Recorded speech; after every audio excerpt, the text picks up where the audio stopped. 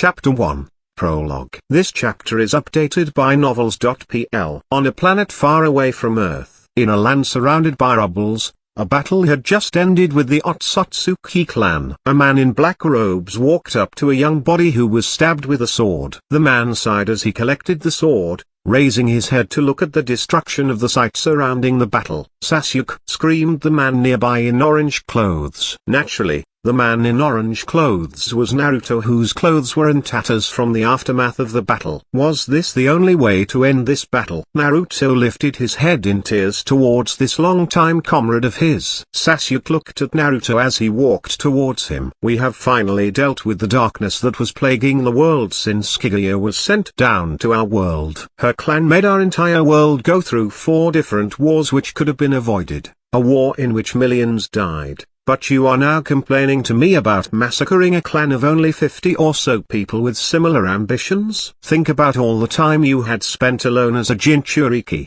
Think of all the loved ones that Kakashi-sensei or even people from beyond our generations lost. Think about the war between the Senju and the Uchihas. The Otsutsuki clan thought of themselves as gods that governed the world. We merely put them in place, thus getting our freedom back.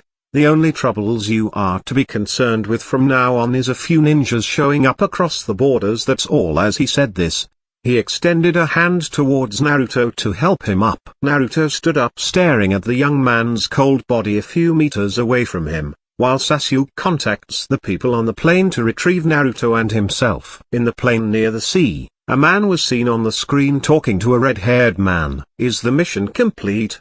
Lord Kazekage reporting to the Lord Raikage. "The mission is complete." "Well done to the Lord 7th and Lord Sasuke. I will report to the officers at Konoha. See you at HQ." Lord Kazekage and one again well done. The red-haired man was Gaara of the Sand, who had followed Naruto and Sasuke as a backup along with the Mizukage. Sasuke packed up all the types of equipment he had bought, and removed out a bento box set, then walked towards to Naruto, and sat beside the crestfallen Naruto and hands him some chopsticks. He smiled as he said, "It is strange for a person like me to cheer you up, Naruto, since the mission was more suited towards a man like me, but this issue was plaguing the world ever since the ancient times, and considering the fact that we could not get the kids involved, this was the only way to do it." Naruto looked up at the sky as he murmured, "Was this the only way?" As they finished eating, the plane showed up to retrieve them. Sasuke grabbed his bag and walked to the ship, whereas Naruto got up slowly then walked towards the people that were killed. He faced Sasuke and said, "I want to bury them before we take off." Sasuke felt helpless and relayed the message to all the people on the plane. Gaara was the first person to step out, followed by the Mizukage and the rest. Gaara walked to Naruto and put his hand on Naruto's shoulders, and said, "It must have taken a lot out of you to face this battle." Naruto smiled as he lifted the hand off of his shoulders gently and asked Gaara to build a bunch of sand coffins. Gaara followed by building more than 50 coffins at once by performing some hand seals. After a while, all the people joined around as they placed their hands together to pray for the souls to rest in peace. After praying, the people then boarded the plane one by one, with Naruto as the last one to approach the plane. Naruto took a moment to turn back to see one particular coffin in front of all the other coffins. He murmured, "If there were another choice, I would never have hesitated." As he turned back towards the plane, he noticed a green light on the coffin. Naruto became intrigued by the light and rushed towards the coffin. Upon reaching, he placed his hands as he moved around the coffin trying to interact with the light that was being emitted, yet he was unable to do anything. Sasuke also witnessed the coffin glowing, but was unable to sense the anomaly. He then activated his Sharingan to infer the new development. To his dismay, he saw a seal that had been activated on the chest of the target that he had stabbed. As he tried to shout to warn Naruto, but a wormhole popped up near Naruto and pulled him into it. Naruto was unable to process what was going on as he turned his head towards the people on the plane and finally towards Sasuke as he was pulled through the wormhole, unable to resist to the set of motions that happened within a few milliseconds before he was pulled in. The people on the plane were stunned to see Naruto disappear, whereas Gaara grabbed a radio to transmit code red. Naruto just went to somewhere in black space. Naruto had been traveling for a while now, in a sense, It was impossible to tell if days had passed or weeks. He did not feel hungry but felt relieved in a way as he thought that this was retribution towards his action for the killing of the last few descendants of the Otsutsuki clan. A few moments later he fell unconscious as he still kept traveling through the black space. Boom! Naruto felt as if he had been thrown down to the floor as he landed on his butt. He forced his eyes open to see the entire class from his younger days staring at him. "That's what you get for mocking the Hokage Stone Mountains," a voice said with disdain for his actions. Feeling the familiar voice, Naruto turned back to see a young version of Iuka-sensei from his academy days. Naruto felt overjoyed as he wanted to jump up to give a hug to Iuka, only to find his hands tied behind his back in ropes. Feeling wronged, he shouted, "Iuka-sensei, detention!" Iuka shouted back at Naruto,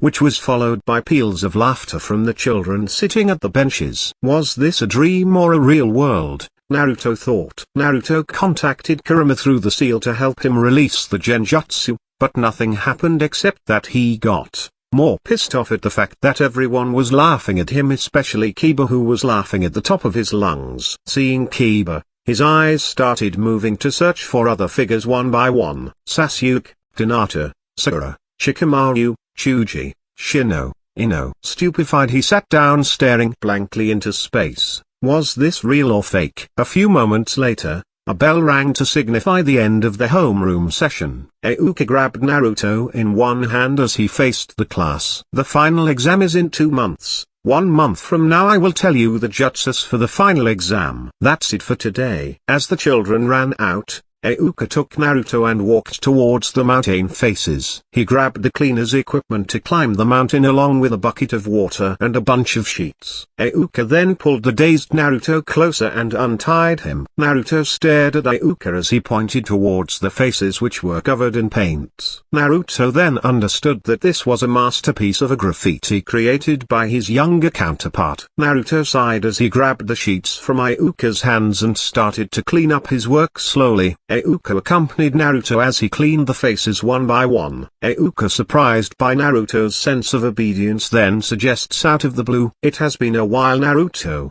Once you are done, let's go get some ramen." The magical words woke up Naruto, who was in his world of thoughts. With a bright smile on his face, he went to work to clean up the remaining graffiti off. Iuka brought Naruto along to Ikiraku Ramen as Naruto observed the once-old village before the battle with Pain or the Fourth Ninja War. The feeling was strange yet nostalgic and peaceful at the same time. As they waited for the ramen, Naruto once again analyzed his current situation in the world. This world has not been destroyed one bit. No one died.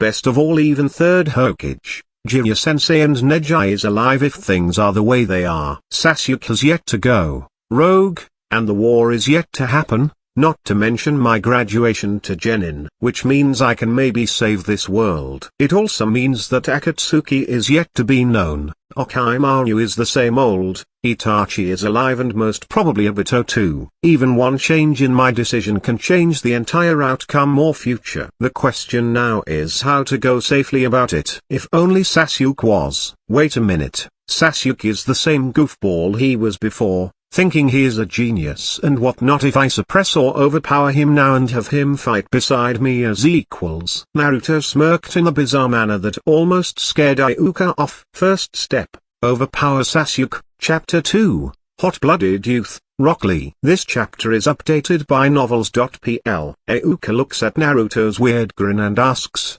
"What are you doing?" Naruto quickly counters, "I am just happy that the 3 minutes of the waiting time is over." Itadakimasu. Together at the same time. A few bites later. "Hey sensei." "Yes?" "Can I wear that forehead protector that you have?" "This." Iuka points towards his headband. "Only qualified ninjas can wear that. You will get yours in 2 months once you graduate." "Meanie, I want another bowl." "Ha." Iuka was stupefied witnessing Naruto's appetite. Naruto raises his bowl in the air. "Old man, can I have some Naruto fish cake in here?" "Old man," Taki shouts from inside, coming right up. Naruto smiles as he thinks, "Old man does not know how famous this place will become due to me, but I really prefer this small shop over the huge restaurant we have back in my place." After finishing their meal, Naruto and Iuka head out of the shop. Naruto turns towards Iuka and asks, "Hey sensei, have you ever had the chance of interacting with the fourth Hokage before?" "The fourth Hokage? Why do you ask that?" "Just curious." Iuka turns towards the mountain faces as he speaks.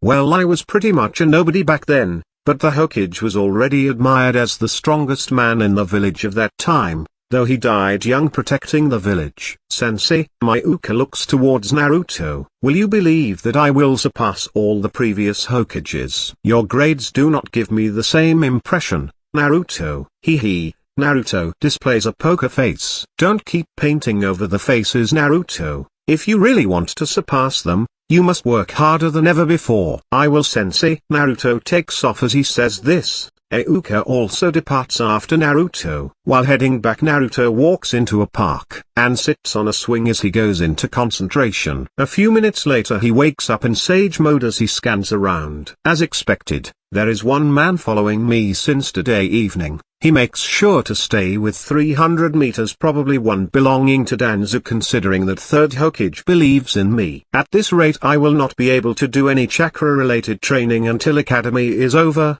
I can defeat Sasuke right now. Considering my experience in real battles, I can defeat him 100 times over, but that would be very suspicious, hence my only options are taijutsu and basic physical training. When considering these things in my mind, I can only think of Super Thick Brow Sensei's team in mind. Neji and Tenten would find it really strange to interact with me at this point of time, whereas Gai Sensei would be busy training with them or be somewhere as a jonin, which limits my option to Lee. Lee is simple-minded and completely focused only on training. If I remember correctly, he should be near the forests or in the training fields doing his training. Looks like I would have to meet him coincidentally in training to get along with him. Through this encounter I can become training buddies with him and also strengthen my body at the same time. Also, once Sasuke starts listening to me and gets Sasuke onto my side, his training with Lee would be the best before we start off with the churning exams, but it is still not enough to deal with Orochimaru. My only hope is the first Hokage scroll that Mizuki will tell me later on. Hopefully I can learn a lot of techniques from it this time. Naruto stares down as he goes deep into his psyche. "Kurama, have you been able to analyze anything so far?" "Naruto, this is the real world. Genjutsu can't compare to this. Another interesting thing is the fact that your seal is back to its sealed position, meaning you don't have access to my chakra for now. However, there is one good thing about it. I can meet both my parents again. Also, this time when you meet your dad, make sure to seal the other half of me back in your body. In this way my power would more than double, while also increasing your body's ability significantly. Even though your access to me is sealed off for now, you can still use your Sage of Six Paths ability without depending upon the cloak's power." "Kurama, you are right. However, my current form limits my battle prowess to a huge extent, such that you could call it a liability. Hence my top priority right now is to build a strong body that can handle all the burden." Naruto then gets up from the swing and walks to his old apartment. Upon reaching his apartment, he reaches into his pocket to remove a frog-like purse.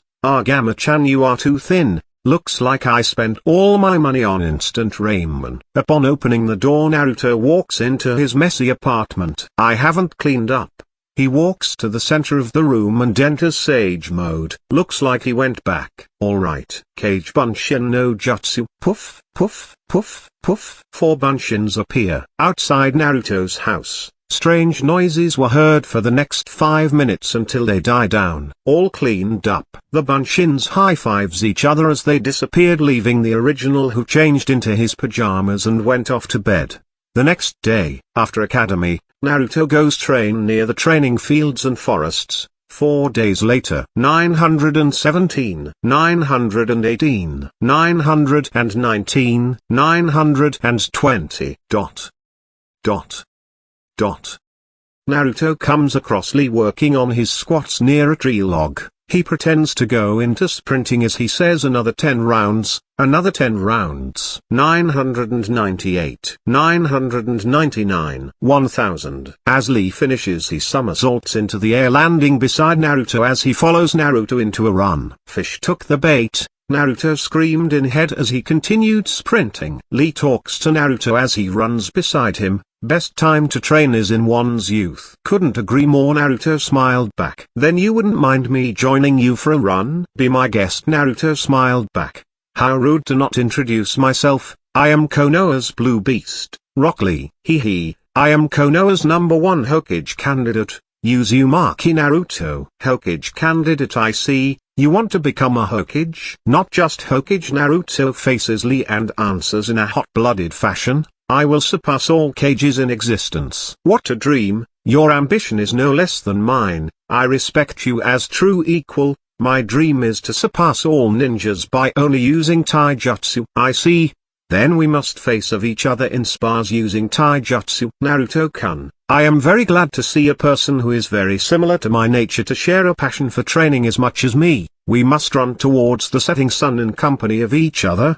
What do you say? Are we talking or running? Naruto asks as they run off till the end of training. At the bottom of the hill, Lee warms up his body starting with his squats once again, while Naruto is breathless, while still maintaining an indifferent front to Rock Lee. This guy is a freak. Naruto then walks up to Lee and says, Lee, I have been thinking about building up my muscles while maintaining a good amount of speed as well. Do you know a good training method? Don't worry, Naruto-kun, I have the perfect regiment for you. In fact, that is the type of training I am doing every day. Just say the words, we can train every day. My teacher Gai-sensei can also whip up some supplements for you if you want to join the training at no additional cost. Training is our life here. You don't say. Gai-sensei is the best teacher there is. You mean the only teacher to be able to fight Kakashi to a draw? Rock Lee flew to Naruto in an instant. You know my sensei? Your sensei is a famous man. I consider him as an idol. I knew it. Gai-sensei is the best. Lee,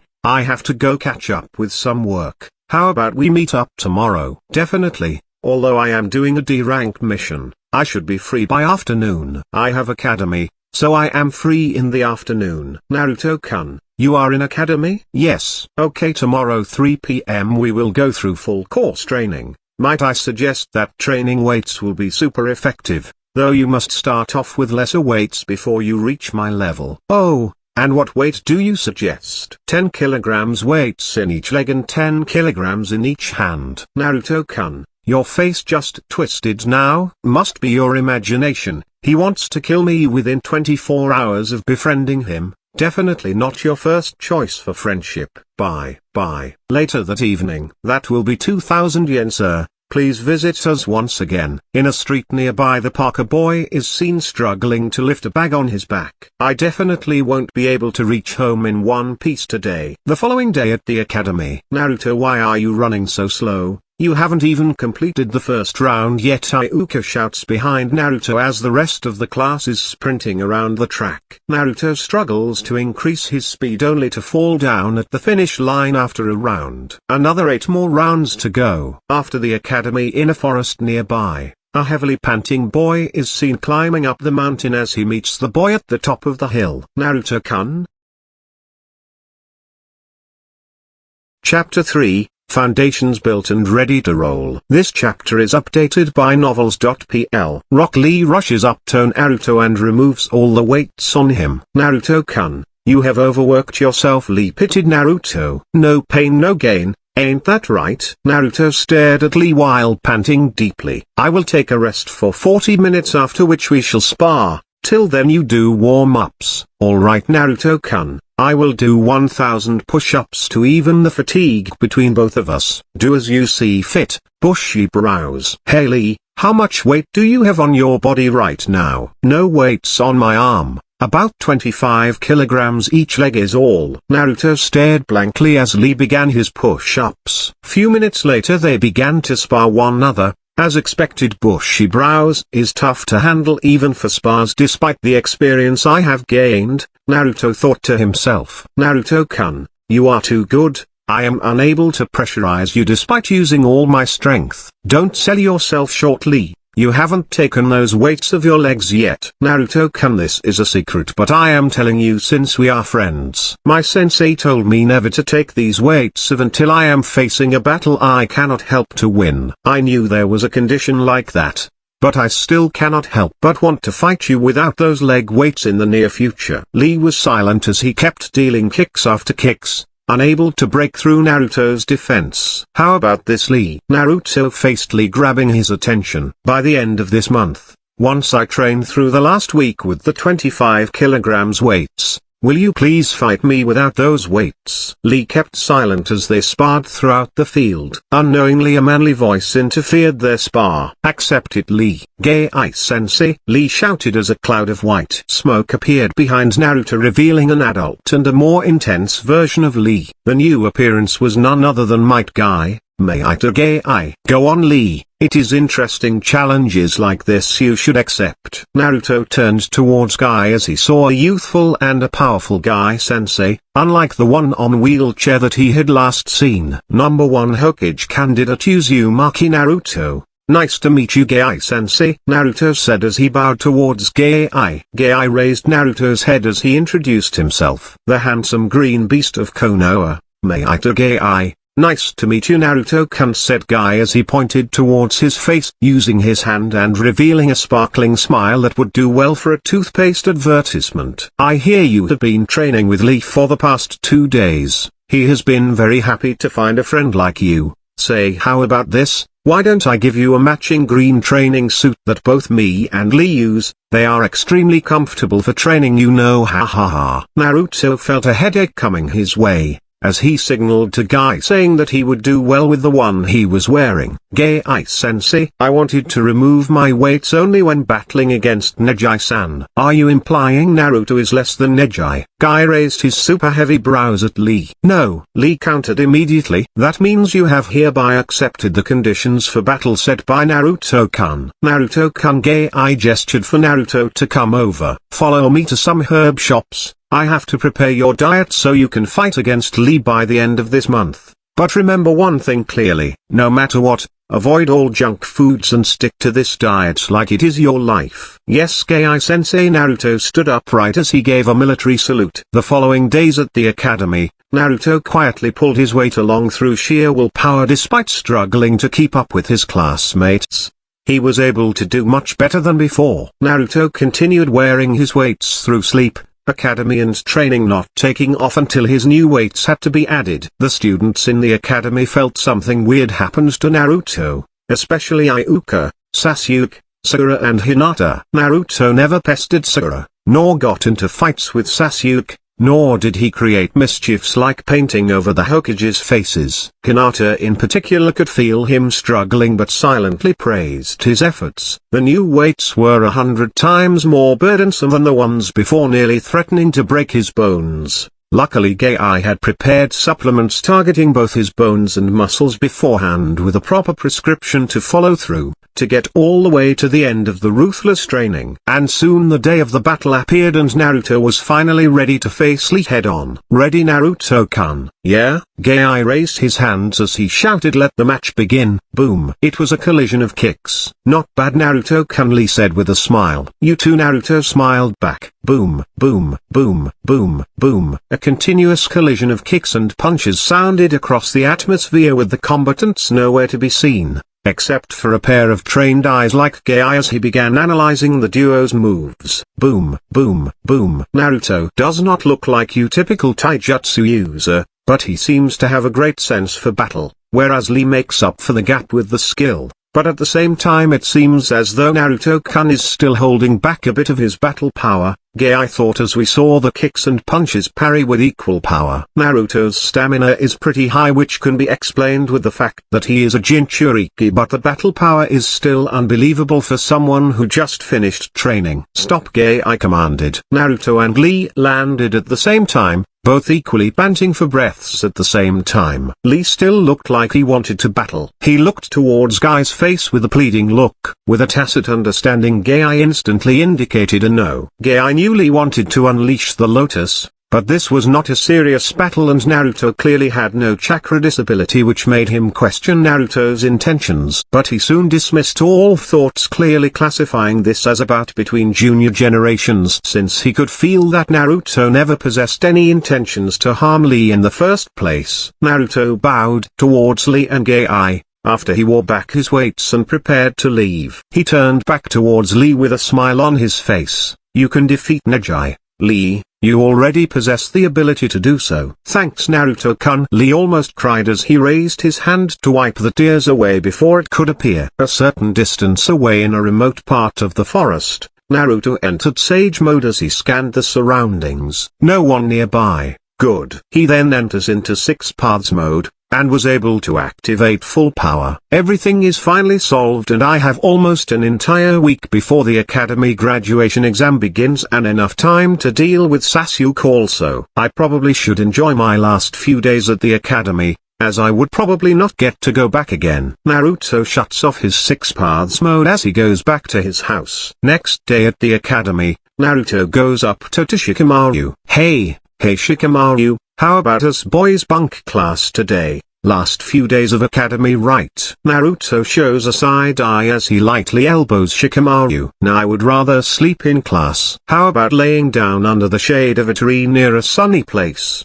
We have a great weather today," Naruto suggested with an expectant look. Shikamaru gives a one-eyed look to Naruto before calling Chuji and Kiba over. "Let's hang out."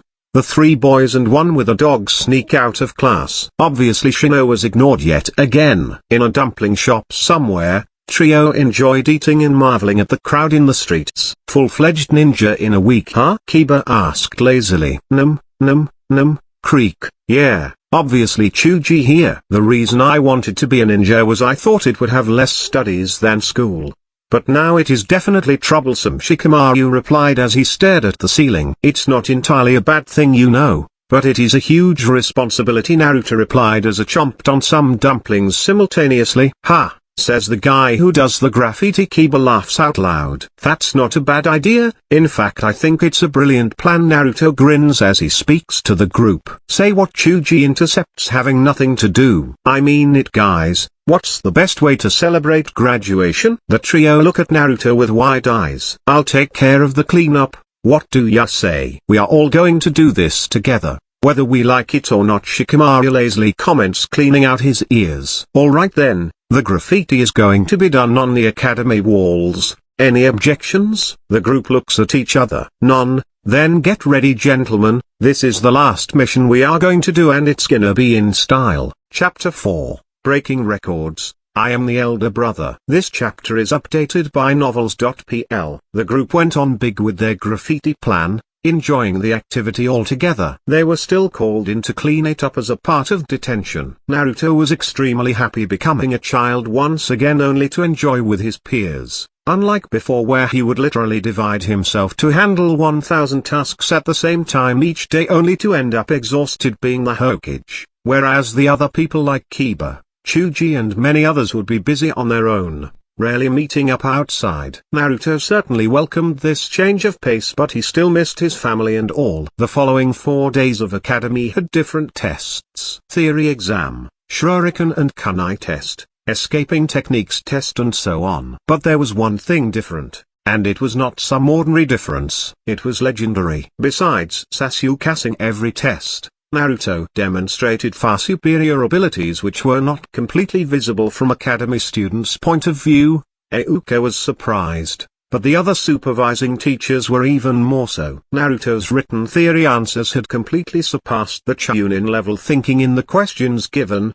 such that even if a Jonin was given these tests, one could still differentiate the level of quality these answers were provided with. The Shuriken and Kunai test was more than just accuracy, it also tested the body posture, speed, techniques, reaction time, everything which Naruto did way better than his peers. Cloning jutsu on the other hand was smashed by Naruto as he had summoned 20 clones and had them transform into all of his classmates from the semester. These records clearly surpassed all. Even Itachi could not match up with Naruto in the theory department in his previous records, though both were evenly matched in physical abilities and other records. Itachi's only advantage was his age factor and intelligence, as he had cleared his academy much earlier. In the third Hokage's room, the twin doors burst open as a man shows up kneeling down towards the Hokage. "Hokage-sama, Naruto." Naruto did something again? Is it the usual mischief? No, it's something bigger. The Hokage gets up in shock. Did he unseal? No, He just surpassed all the previous academy records in one go. The Hokage just stood there with a blank look. That was really unexpected of him. He smiled as he looked out through the window towards the direction of the academy. Naruto was done with all his tests,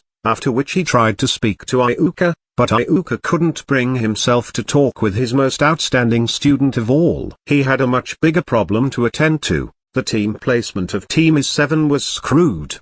The academy could not have two geniuses joining one team. Another factor in play was Naruto's previous test results, which bore no relation to his current scores whatsoever. Naruto sat dejected watching the sunset. "Hey Naruto!" A man with white hair pops by the side of Naruto. The man was Mizuki-sensei, one of the supervising teachers of the exams. "Hello sensei." Naruto greeted back dejectedly as he thought to how this man had almost got him killed the first time he saw him all those years ago. "I see that you are sad." Mizuki tried sympathizing. "Iuka-sensei did not talk to me at all," Naruto replied. "Well, it's probably because he has a lot to deal with," Mizuki said as he sat down beside Naruto. "Hey Naruto." Naruto raised his head up. "I think you could surprise Iuka by learning a new technique." Mizuki avoided Naruto's eyes as he spoke, and Naruto knew that the man would never change. Thus he would rather use this opportunity to peruse the first Hokage's hidden scroll. Mizuki, as determined by fate, told Naruto the direction and Naruto followed. He went to the spot and started reading through the scroll with his shadow clones by his side, trying to memorize the contents as soon as possible. Contained within were unsealing formulas and purple formation barrier formula, which Naruto memorized as soon as possible. Meanwhile, the third Hokage heard of the situation and mobilized all Chunins and special Jonin ninjas in search of Naruto. "Oi Naruto!" Iuka showed up first. With an angry face, Naruto started scratching his head with a smile, happy to see Iuka coming up to protect him once again. But this time he would protect this sensei of his right from the beginning. He pushed Iuka towards the ground as 4 kunais whizzed past where Iuka was previously standing, missing him completely. Mizuki comes down the tree as he stares in surprise. "Mizuki, what are you doing here?" Iuka questioned with a disbelief across his face. "Looks like the monster did not unseal himself." "Huh, well, playtime is over, Demon Fox. Hand over the scroll," Mizuki asked with a menacing look across his face. "Mizuki!" Iuka shouted, trying to interrupt,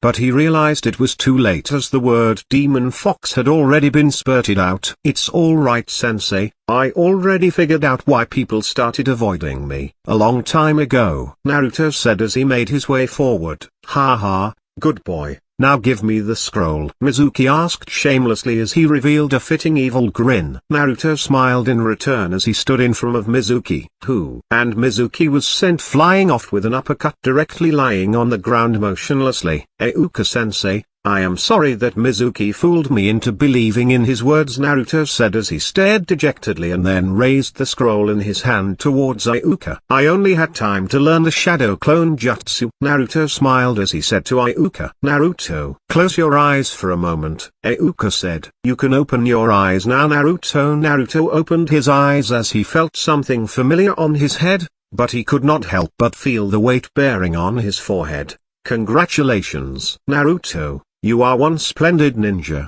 The third Hokage kept smiling as he watched all the scenes from his orb. "Naruto has truly surprised me." "Now it all depends if you can surprise the man who lives his past." "Kakashi, these new flowers shall now blossom upon spring's arrival." The third Hokage smiled as he kept his orb away. The following day was the announcement of academy results. But there was one extremely pissed off boy. Sasuke stared at Naruto's name at the top of the list while he helplessly watched his name second on the list. He walked up towards Naruto, who was away from everyone else, as he looked him in the eye and asked, "What are you playing at? Always goofing off, doing senseless things and now suddenly coming first." "Unconvinced, are ya?" Naruto grinned at Sasuke. "Let's have a spar in the training field in the afternoon." Sasuke spoke angrily. "I am not interested in a spar," Naruto worded off in an uninterested manner, which pissed off Sasuke even more. "What do you want?" Sasuke asked, almost ready to burst on the spot. "The loser listens to the winner. and also have to call him the elder brother. Naruto observed Sasuke with one eye. Deal. Sasuke responded instantly. See you. The Naruto went his merry way, annoying Sasuke even more. Naruto couldn't help but grin continuously as he walked. I have always wanted to do this my entire life. It's almost as if God has listened to me. Naruto walked through the streets grinning like a total idiot, scaring almost all the common folk away as he walked towards the training field. Bear in mind that Naruto was still wearing the 25 kilograms deadweights around his legs and 10 kilograms around each arm. After a few minutes Sasuke had showed up. Naruto gestured Sasuke to start with the unison sign, but upon noticing no headband on Sasuke, he stopped as he gestured towards his head. What? Sasuke angrily inquired. Wear your protector, or I won't fight you. Naruto replied. Why? Because it is a testament to the fact that we are fighting on equal grounds as Leaf Shinobi. Naruto replied. Fine. Sasuke reached into his pocket and tied his new protector around his head. Are you ready? Now? Sasuke was getting tired of dealing with the little things. Yes, Naruto replied, being extremely happy like he was on cloud 9, making Sasuke follow through all his commands without a question. Naruto grabbed a rock as he tossed it into the air. The moment the rock landed, boom, Sasuke followed with a frontal assault, easily kicking Naruto away. Poof! What Sasuke kicked was a clone. Instantly Sasuke was caught from behind. Shinobi rule number 1.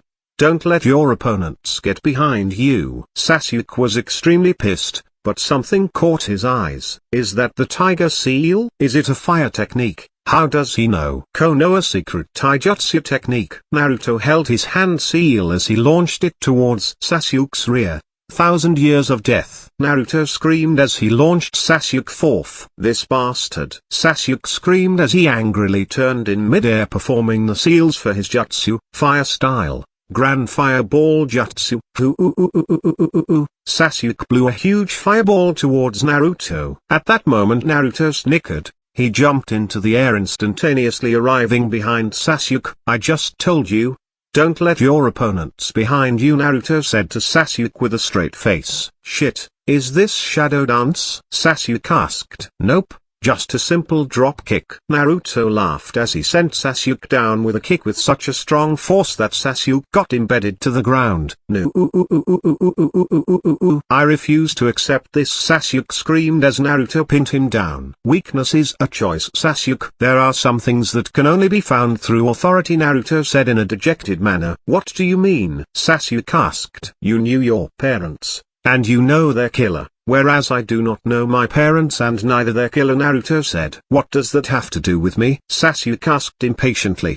The third Hokage knows, yet he refuses to say. I guess there is a story behind yours too that he is hiding, I am afraid, Naruto said, trying to calm down Sasuke. Are you saying I have no resolve? Sasuke screamed, showing changes in his pupil. I see, you have awakened your Sharingan, Naruto said dejectedly. Sasuke tried moving around but was still pinned to the ground. That is nothing in front of true strength, Sasuke, but that is what I am here to do, Naruto said as he faced Sasuke while pinning him to the ground. I want us both working together hand in hand while steadily increasing our power and also finding out the truth to our problems. But I need your help, Naruto asked with a friendly look. But why? Why someone as strong as you asks my help? Sasuke asked. We have been rivals for a long time, and have almost lived the same lifestyle for the past few years. No one could possibly understand me better than you, Naruto said as he got up and extended a hand. I am counting on you, lil bro, Naruto said with a friendly smile. Just bro will do. I am still going to challenge you again, Sasuke said as he quietly left. Anytime. Naruto waved back as Sasuke left the field. I guess it's time to start my training, then. Chapter 5, Team 7. Once again, you are annoying. This chapter is updated by novels.pl. Naruto's training went smoothly, as his body got used to the extra weights. That evening in the Hokage's office, Hiruzen was drinking tea with an unexpected guest. Sitting opposite to him was an old man bandaged all over with only one eye visible and one unparalyzed arm holding a walking stick. The man was naturally Shimura Danzu. Hiruzen sipped on his tea, followed by Danzu who did the same. A while passed before Danzu lost his patience. Surely, You haven't called me just to drink tea, have you? Danzu asked emotionlessly as he raised his head from the teacup in his hand. Are you still watching over the boy? Hiruzen asked. Which boy? Danzu asked slowly, as he looked towards his subordinates in the dark. The fourths, of course, Hiruzen said as he took another sip. The Jinchuriki boy. What about him? Danzu inquired as he gestured his subordinate to give his recent report on the spot. Naruto seems to have become a genius of a ninja, seemingly falling short of Itachi due to his age but brilliant nonetheless, Hiruzen said, looking into the only visible eye of Danzu. What? Danzu stood up on the spot, seemingly shocked of this new development. Calm down, Hiruzen said, looking even more suspiciously at Danzu. Danzu then sat down as he regained his composure, sharing Naruto's recent reports with Hiruzen. He seems to have trained intensely over the last 2 months, with Minato-Gei's disciple, which had dramatically improved his physical abilities and stamina, but that still does not explain his theoretical knowledge. Hiruzen mulled over as he saw the reports. Hiruzen closed the reports as he took out a smoke pipe and lit it. Poof. He let out a stream of smoke as the expression on his face eased. After saving Iuka that day, I can assuredly say that Naruto still cares about this village despite hearing the word demon fox from Mizuki. In that case there is nothing to be worried about. After all, this is a good thing for him, especially to take up his father's mantle at this age. He has also clearly surpassed the records Minato set at his time in the academy. Hiruzen thought as he sat down with Danzu again. The next day, Naruto posed for a photo for his ninja admission card and submitted it to the third Hokage. As fate had it, he also met Konohama and became his rival. The following day, Naruto got up from his bed as he looked at the calendar. Today is the day I become teammates with Sakura-chan and Sasuke again. Naruto grinned as he started getting ready. Wait a minute, didn't something bad happen that day when the team was formed? Naruto thought really hard. He turned around, checking things one by one as his eyes finally landed on the refrigerator. Haha, he rushed and opened the door to take out the milk packet and scan the expiry date. Knew it, Naruto snickered as he threw the milk into the dustbin. You are not stopping me today, he shouted as he grabbed his frog purse and his protector to leave the house. He stopped by a store and bought a small packet milk, which he started drinking from as he walked towards the academy. At the academy, as soon as Naruto entered, the students were surprised as they gave a blank look to Naruto, soon murmuring about how he had cheated some tests and about taking steroids for the practical exams to get the #1 spot. Naruto did not pay any attention as he sat down near Sasuke. Sasuke was displeased, but he did not complain as there was a sense of respect from the previous day's incident. Have you thought over about the collaboration? Naruto asked. Before he could reply, crash! The sound interrupted the duo as they turned backwards to look at two girls, one in red and another in purple dress, who started fighting as they tried to enter the class. I am first, they screamed upon entering. I am first again, Sakura exclaimed. Are you blind?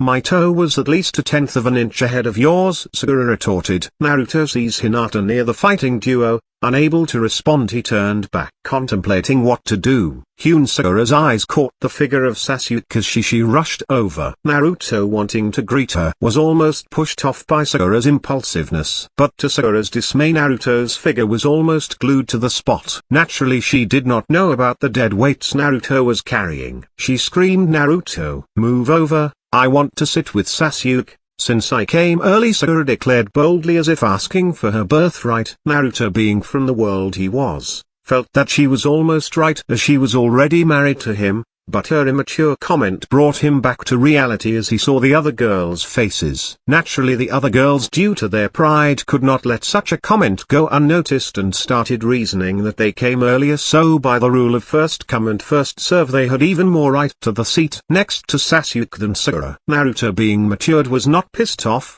but was still thinking about how crazily the girls were after Sasuke. Why is he the only one flooded by the girls? Back in my days even I was also popular, right? Naruto thought as he failed to realize that he was yet to have achievements in this world. But Naruto could not be blamed as he was usually clueless in this kind of matters. Feeling bored, he approached Hinata, and said, You are looking particularly beautiful today.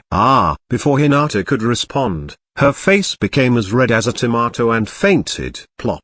Hinata, hey, Are you alright, Hinata? The scene was being witnessed by all the jonins in the room as Hiruzen announced, Uzumaki Naruto, the #1 dark horse and rookie of the year. That boy? Kurenai questioned. He doesn't look really that handsome. How could that girl faint? Kurenai inquired, looking at the crystal ball in an intrigued way. What an ability. Naruto can make a girl faint with a pickup line. I wish I had that ability. Asuma snickered only to receive an elbow from Kurenai-sensei. What about the other kid? Kakashi inquired. Hiruzen slowly controlled the view to focus on Sasuke. #2 rookie Uchiha Sasuke, lost to Naruto but remained consistent throughout his year in the academy. The last survivor of the Uchiha clan. Kurenai spoke, as the other jonins tacitly approved her comment. Soon Iuka-sensei came into the class and sorted all the commotion. Everyone took their place as Iuka announced the guidelines upon which the teams were made. After explaining the guidelines, he started announcing the names. Squad 7, Uzumaki Naruto, Haruno Sakura and Uchiha Sasuke. Squad 8, Hyuga Hinata, Inuzuka Kiba and Abraham Shino. Hinata still daydreaming, probably not aware that Naruto is not in her squad. Squad 10, Yamanaka Uno, Narushikamaru and Akimaki Chuji. Inoshikacho. Alright, now that I have assigned you to your squads, you can now leave for a break. Please be back by 2 p.m. to meet your instructors. Class dismissed. Sasuke walked to Naruto as everyone was leaving. I am in. Sasuke confirmed. Good, Naruto replied back as he shook hands with Sasuke. What's the plan? Sasuke asked as the duo walked out of class together. We wait. Now that we are going to have a teacher, I cannot completely take your training into my hands, but we can start sparring every day to improve each other's strength. So where are you going now? Sasuke inquired, unconsciously allowing Naruto to take the leader role. Training. I am wearing sets of weights across my body, so I need to train my body for the next 2 months, after which I would only need to do a minimal amount to maintain such a body, precondition being that I would continue wearing my weights, Naruto said as they started walking towards the forest. Meanwhile, Sasuke, where are you? Sakura was calling out in a sweet voice, not seeming to bother calling Naruto even once. She stopped by a bench as she wondered where Sasuke went. A few moments later a boy appeared on the path near the bench. Sasuke. Sakura brimmed with happiness upon seeing this boy. Sakura, he commented as he sat down. Sasuke, let's have lunch together, shall we? Sakura asked as she started unpacking her bento set. Sakura, yes? What do you think of Naruto? He knows about my feelings and purposely gets in my way. He enjoys getting in my way. But you know one thing, Sasuke, all I care about is you. Back to Naruto. Sakura. Sasuke got a little angry but still inquired. There you go, changing the subject again. Forget about Naruto. You know why he is annoying? It's all because he wasn't raised right. He doesn't have parents to teach him right from wrong. Think about it, he does whatever comes to his head. If I did things like Naruto, my parents would get mad, and I would get in trouble, so of course I don't do it. He is selfish and bratty, he is all alone. Sasuke got too angry at this point as he started speaking. Alone, isolated. It is not about your parents scolding you, you have no idea what it means to be alone. Sasuke, why are you saying that? Sakura asked, realizing she made a huge mistake. Because he looks her in the eyes as he says, you are annoying. Chapter 6. Survival Training, Kakashi of the Sharingan. This chapter is updated by novels.pl. Sakura felt disappointed in herself after Sasuke reprimanded her. She even thought back to how Naruto did not even speak to her for a whole week, and how much of a genius he turned out to be overnight, despite which she shrugged him off like a nobody in the morning while rushing to sit near Sasuke. While contemplating her mistakes, she saw Naruto walk over along with Sasuke. Let's all eat together as a team, Naruto said with a smile. Sakura nodded back happily and the trio left the pathway to find a shelter to eat. Meanwhile at Naruto's house, Naruto's room is much neater than I expected, just like Sasuke's own. Kakashi commented as he looked around. I am surprised too. believe it or not, Hiruzen said as he looked around the house. Kakashi walks to a table nearby and examines a paper on top. This writing belongs to Gai, Kakashi commented as he analyzed the prescription. This would also explain his improved physical abilities. The trio finished their lunch and headed back to the academy. The trio watched as all the other squads left with their sensei one by one. Kakashi-sensei never changed. Naruto thought back to times Kakashi always showed up with a lame excuse for being late. Naruto then got up and walked towards the board, picked a duster up and set it between the door frame and the door. Naruto, that's not going to work on a Jonin, Sakura commented. Sasuke snorted as he turned away with no interest. Naruto turned towards Sasuke and Sakura. Hey, do you know what is important for a three-man cell? Sakura looked at Naruto weirdly. It's teamwork. Naruto grinned at them. But what does it have to do with this? Sakura asked, while Sasuke also watched with a bit of doubt. You see, whenever there is a team, even the smallest of actions are planned together by the team. Now imagine our sensei walking through that door, and the duster falls on him. For the last time, Naruto, Jonins are not that stupid, Sakura interrupted. Hear me, it's very important. Just think what would his first thought be as he analyzes the situation. Obviously you both not supporting me in the decision. On the other hand, if we all laugh together or mock at him at the same time, that would undoubtedly be a result of teamwork. You see, the first few missions we do before the Chunin exams are all to improve our teamwork. Naruto lectured while both listened attentively. So you are saying, if we demonstrate teamwork, that means less D-rank missions and more C-rank missions? Sasuke asked. Yes, technically. Now the three of us should sit in front of the door,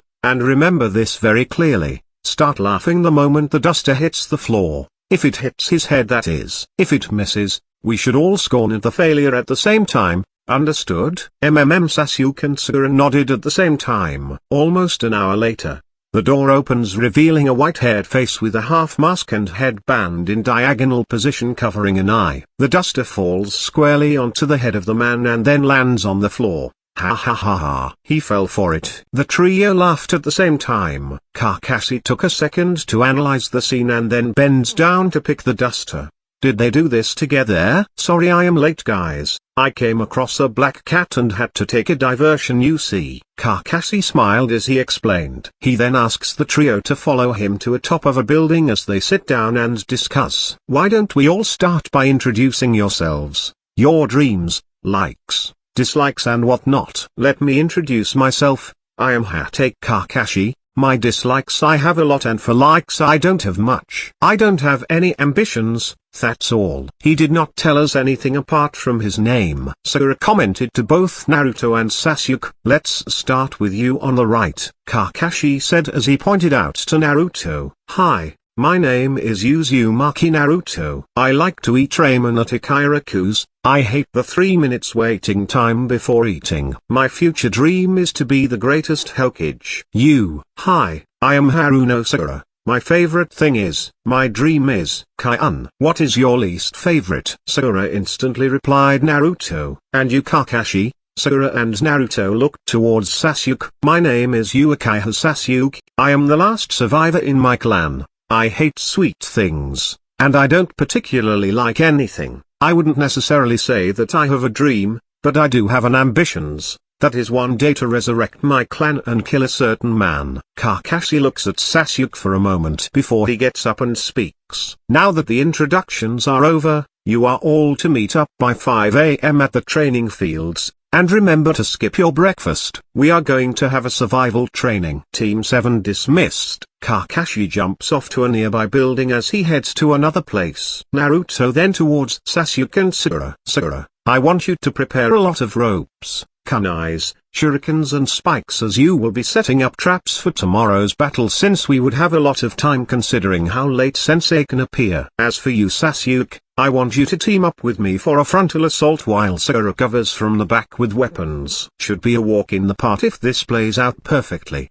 Naruto grinned as he was itching to battle against Kakashi the next day. Good morning, good morning, good morning, the trio greeted. Show me the tools, Sakura, Naruto asked as he went towards Sakura. Sakura took out all the tools from her bag, as she laid them neatly on the floor in an orderly manner. Good, let's go set up some traps. Also, do you guys know how to set up staged wire traps? Naruto asked with a plan in mind. I can help you with that, Sasuke said as he started placing the wires in a certain pattern on the ground. Time passed until Kakashi finally showed up at 10 a.m. I hope everyone has skipped their breakfast. Yeah? Kakashi reached into his back pocket as he took out 2 bells. This is a pair of bells. You are to collect it from me before lunchtime before 12 p.m. Failing to do so, a person will be tied up to the log, and that person will not get lunch. A final chance will be given in the afternoon. If you are unable to collect it by then, you will be sent back to the academy. Kakashi said as he looked into the trio's eyes. I will now count down to 1,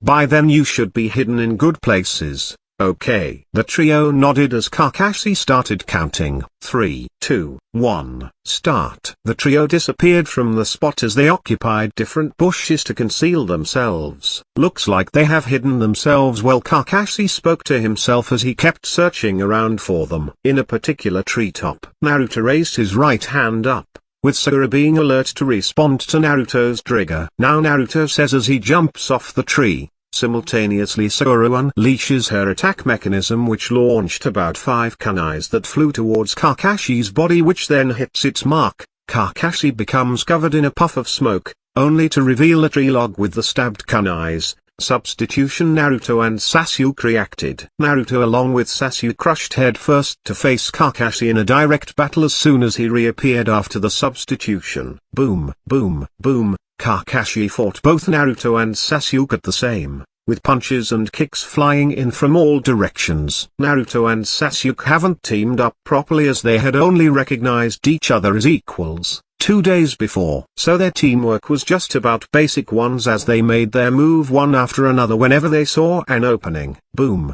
Both punched at the same time, only to be blocked as Kakashi retreated a few meters back. He takes a look at Naruto and Sasuke and says, "You guys are extremely strong, such that I have no choice but to do this." Kakashi lifted his protector as he opened his left eye. Sharingan? Sasuke screamed. Not good. Sasuke, let's retreat, Naruto said as he took some smoke bombs and deployed. Poof! The duo disappeared, reducing the pressure on Kakashi. Too bad that I don't have time to read the novel now, he murmured looking in the direction the duo retreated to. Near the bushes, Naruto appears with Sasuke. Sakura rushes to their side as they arrive. Sasuke, calm down. We need to analyze the current situation, Naruto said as Sasuke regained his composure. Sharingan in the left eye. Is he an Uchiha survivor? Sasuke murmured as he looked towards the general direction of Kakashi. It's a 3-I. He most likely has a basic mastery over the Sharingan compared to a newbie Sasuke. Naruto whispered. Newbie Sasuke? Does it mean you have awakened the Sharingan? Sakura asked in an excited manner. Now is not the time to be surprised, Sakura. Focus, Naruto said as he gestured towards Sakura to be silent. Sasuke, the Sharingan eyes cannot differentiate between shadow clones, so I am going ahead. Once one of my clones get close to him on the attacks, you perform the fire jutsu from that day, alright? Naruto looked towards Sasuke waiting for his answer. How do you know that Sharingan cannot differentiate between shadow clones? Sasuke asked suspiciously. It's because they distribute chakra equally. Not only Sharingan, even the Byakugan won't be able to differentiate. That's the best advantage this technique has. However, we must fight in an unorthodox manner to prevent his Sharingan from reading our moves. So first we must try to draw him towards one of Sakura's traps and use that to force an opening whenever we attack. Also Sasuke, I think this a good training for you to get used to your Sharingan. Kakashi eventually got tired of waiting and started walking towards the trio. Whoosh! Naruto and Sasuke appeared. Kakashi was stunned to see Sasuke had awoken the Sharingan, with the initial 1, Naruto smirked as he ran forth. Kage Bunshin no Jutsu. Poof, poof, poof, poof, poof. About 5 clones appeared at the same time and started fighting against Kakashi in a close combat. Kakashi found it hard to fight as he started moving. Naruto smirked, making his clones start cornering Kakashi and forced him to move in a particular direction. Boom, boom, boom. The fight went on with Sasuke throwing a kunai or 2 in the middle. Kakashi then used an earth escape technique to go underground. Naruto then signaled Sakura, as they were close by while forcing Kakashi slowly towards this location. Naruto raised his hand as he activated Sage Jutsu for this one attack. He punched the ground sending Kakashi straight up.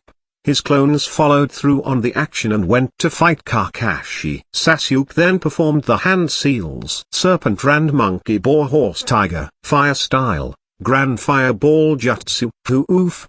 Sasuke blew the fireball towards Kakashi, while Naruto signaled Sakura to send in her strike. Sakura sent forth a set of kunais with bomb attachments as they made their way to the site glowing with the fire. Boom. Chapter 7, End of Survival Training. Respect. This chapter is updated by novels.pl. In a restaurant somewhere, Iuka and Hiruzen sat down in their chairs facing each other. Lord Hokage. Yes, Iuka. I was wondering what kind of Jonin teacher did Naruto get?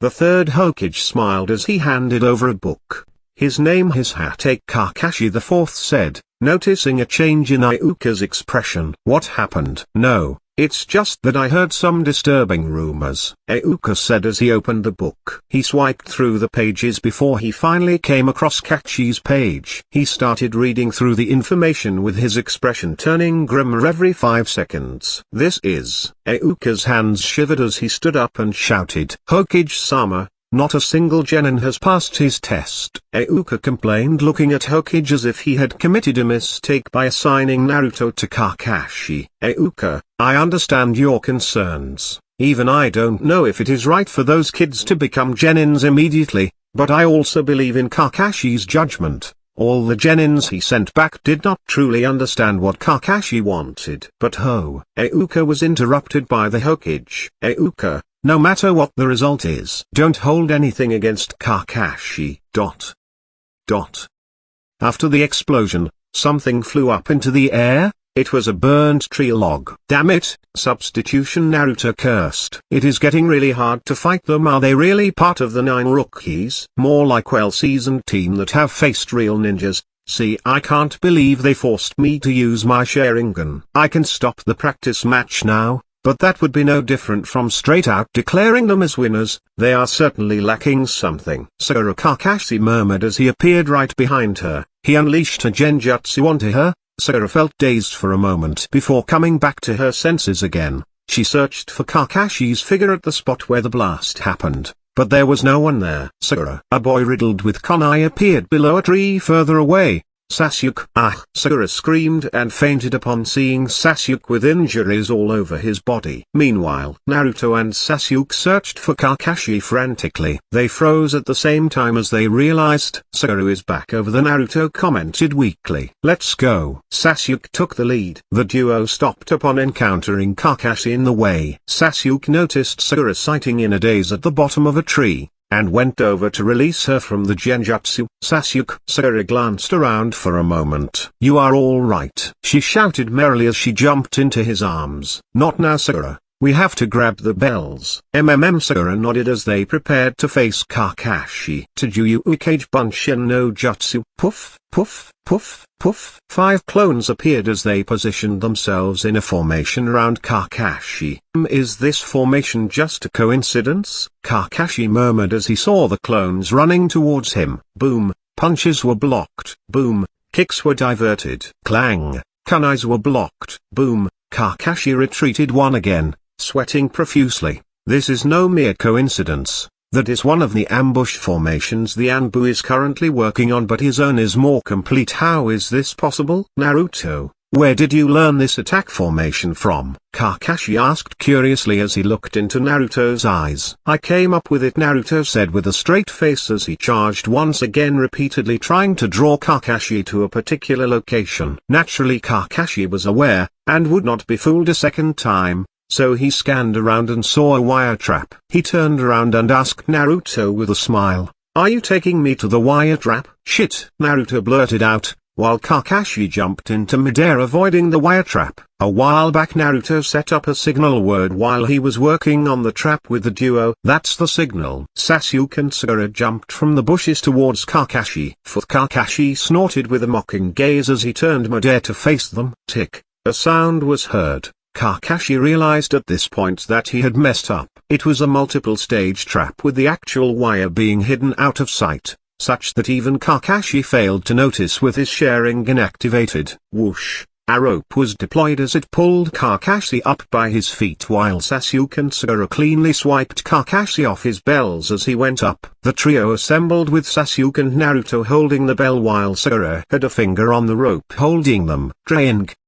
The lunch alarm went off as the trio jumped together and shouted, "Mission complete!" While Kakashi was hanging upside down, sulking over how he lost to a bunch of juniors. Meanwhile, about 500 meters away, an ANBU agent was spying on the match. That formation. How did the kid do it? A development stage ambush formation in a complete form? It's no mere coincidence at this point. That kid knows something. Danza thought aloud after hearing his subordinate's report. We have to call off the watch. Now that the Jinchuriki has a teacher, the third has given specific instructions to not monitor him anymore. Danza told his subordinate as he turned round to leave. Whoosh! The subordinate also left quietly. Back in the training field, Kakashi stood near the memorial tablet as he watched the trio eat their lunch. Looks like this bunch already honors your words, Obito. Kakashi stared at the blue sky going back to the memory from the Battle of the Kanabi Bridge in the Second Great Ninja World War, where he lost Rin to an enemy group,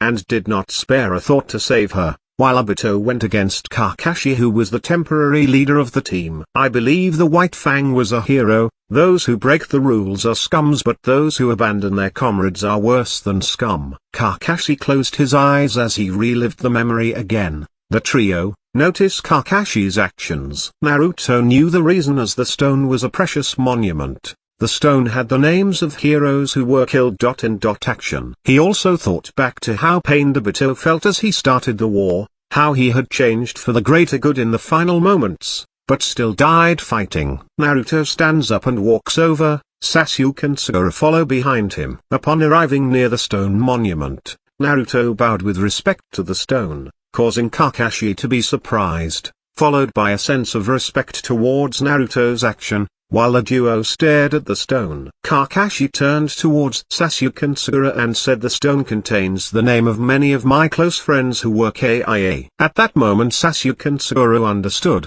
Naruto's gesture and also bowed towards the stone. Kakashi then turns towards Naruto and says, "In the beginning, the teachers in the academy were confused and wanted to decide against having you and Sasuke in one team after the academy results, as the team would be very powerful and unbalanced. But seeing as the other students were already arranged in a balanced group, they wanted me to test you all through the survival training. As you would have noticed, there were only 2 bells, meaning that there was only possibility for 2 of you to succeed. But after seeing your group's teamwork, I had truly been shocked. Never had I ever used the Sharingan for a battle against juniors. The previous teams I had faced had all been sent back to the academy as they all lacked one thing you guys had." "What is it, sensei?" Sakura inquired. "Teamwork." Sasuke and Sakura immediately turned towards Naruto at the same time, with a sense of reverence rising for Naruto in their heart. "I am glad to announce that you all have more than passed this survival test.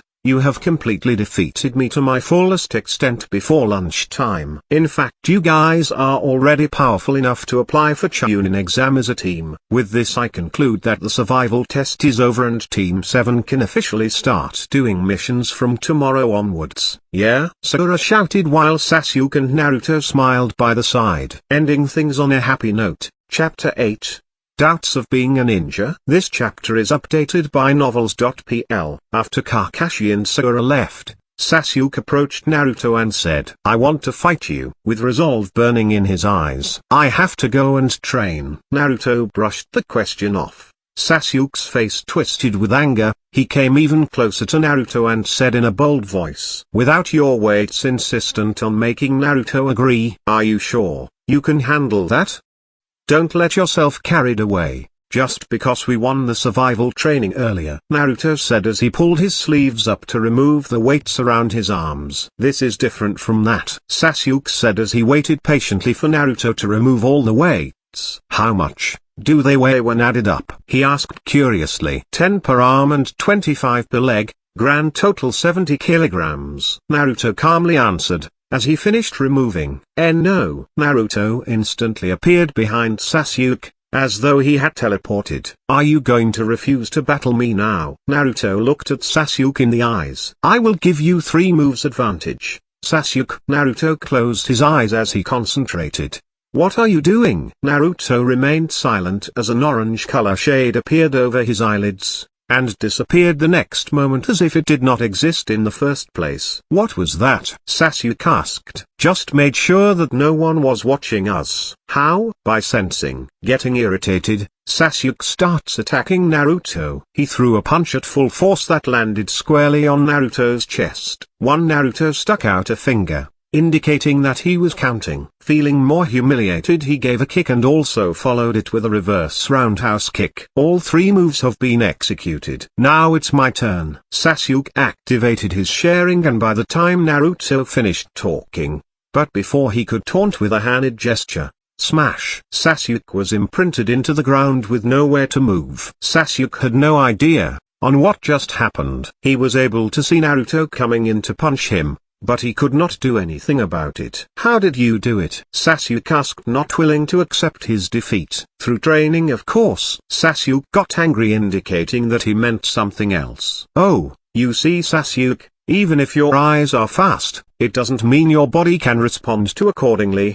You see, your body must possess the ability to react to the speed of what you see, only then you can dodge. That is why from now on, we are going to spar every day so that you can improve your speed." Sasuke got up, no longer possessing the anger he had previously. "You know, Sasuke, if you want you can instantly increase your speed to almost 3 times the current speed you possess just by using chakra," Naruto suggested, trying to cheer up Sasuke.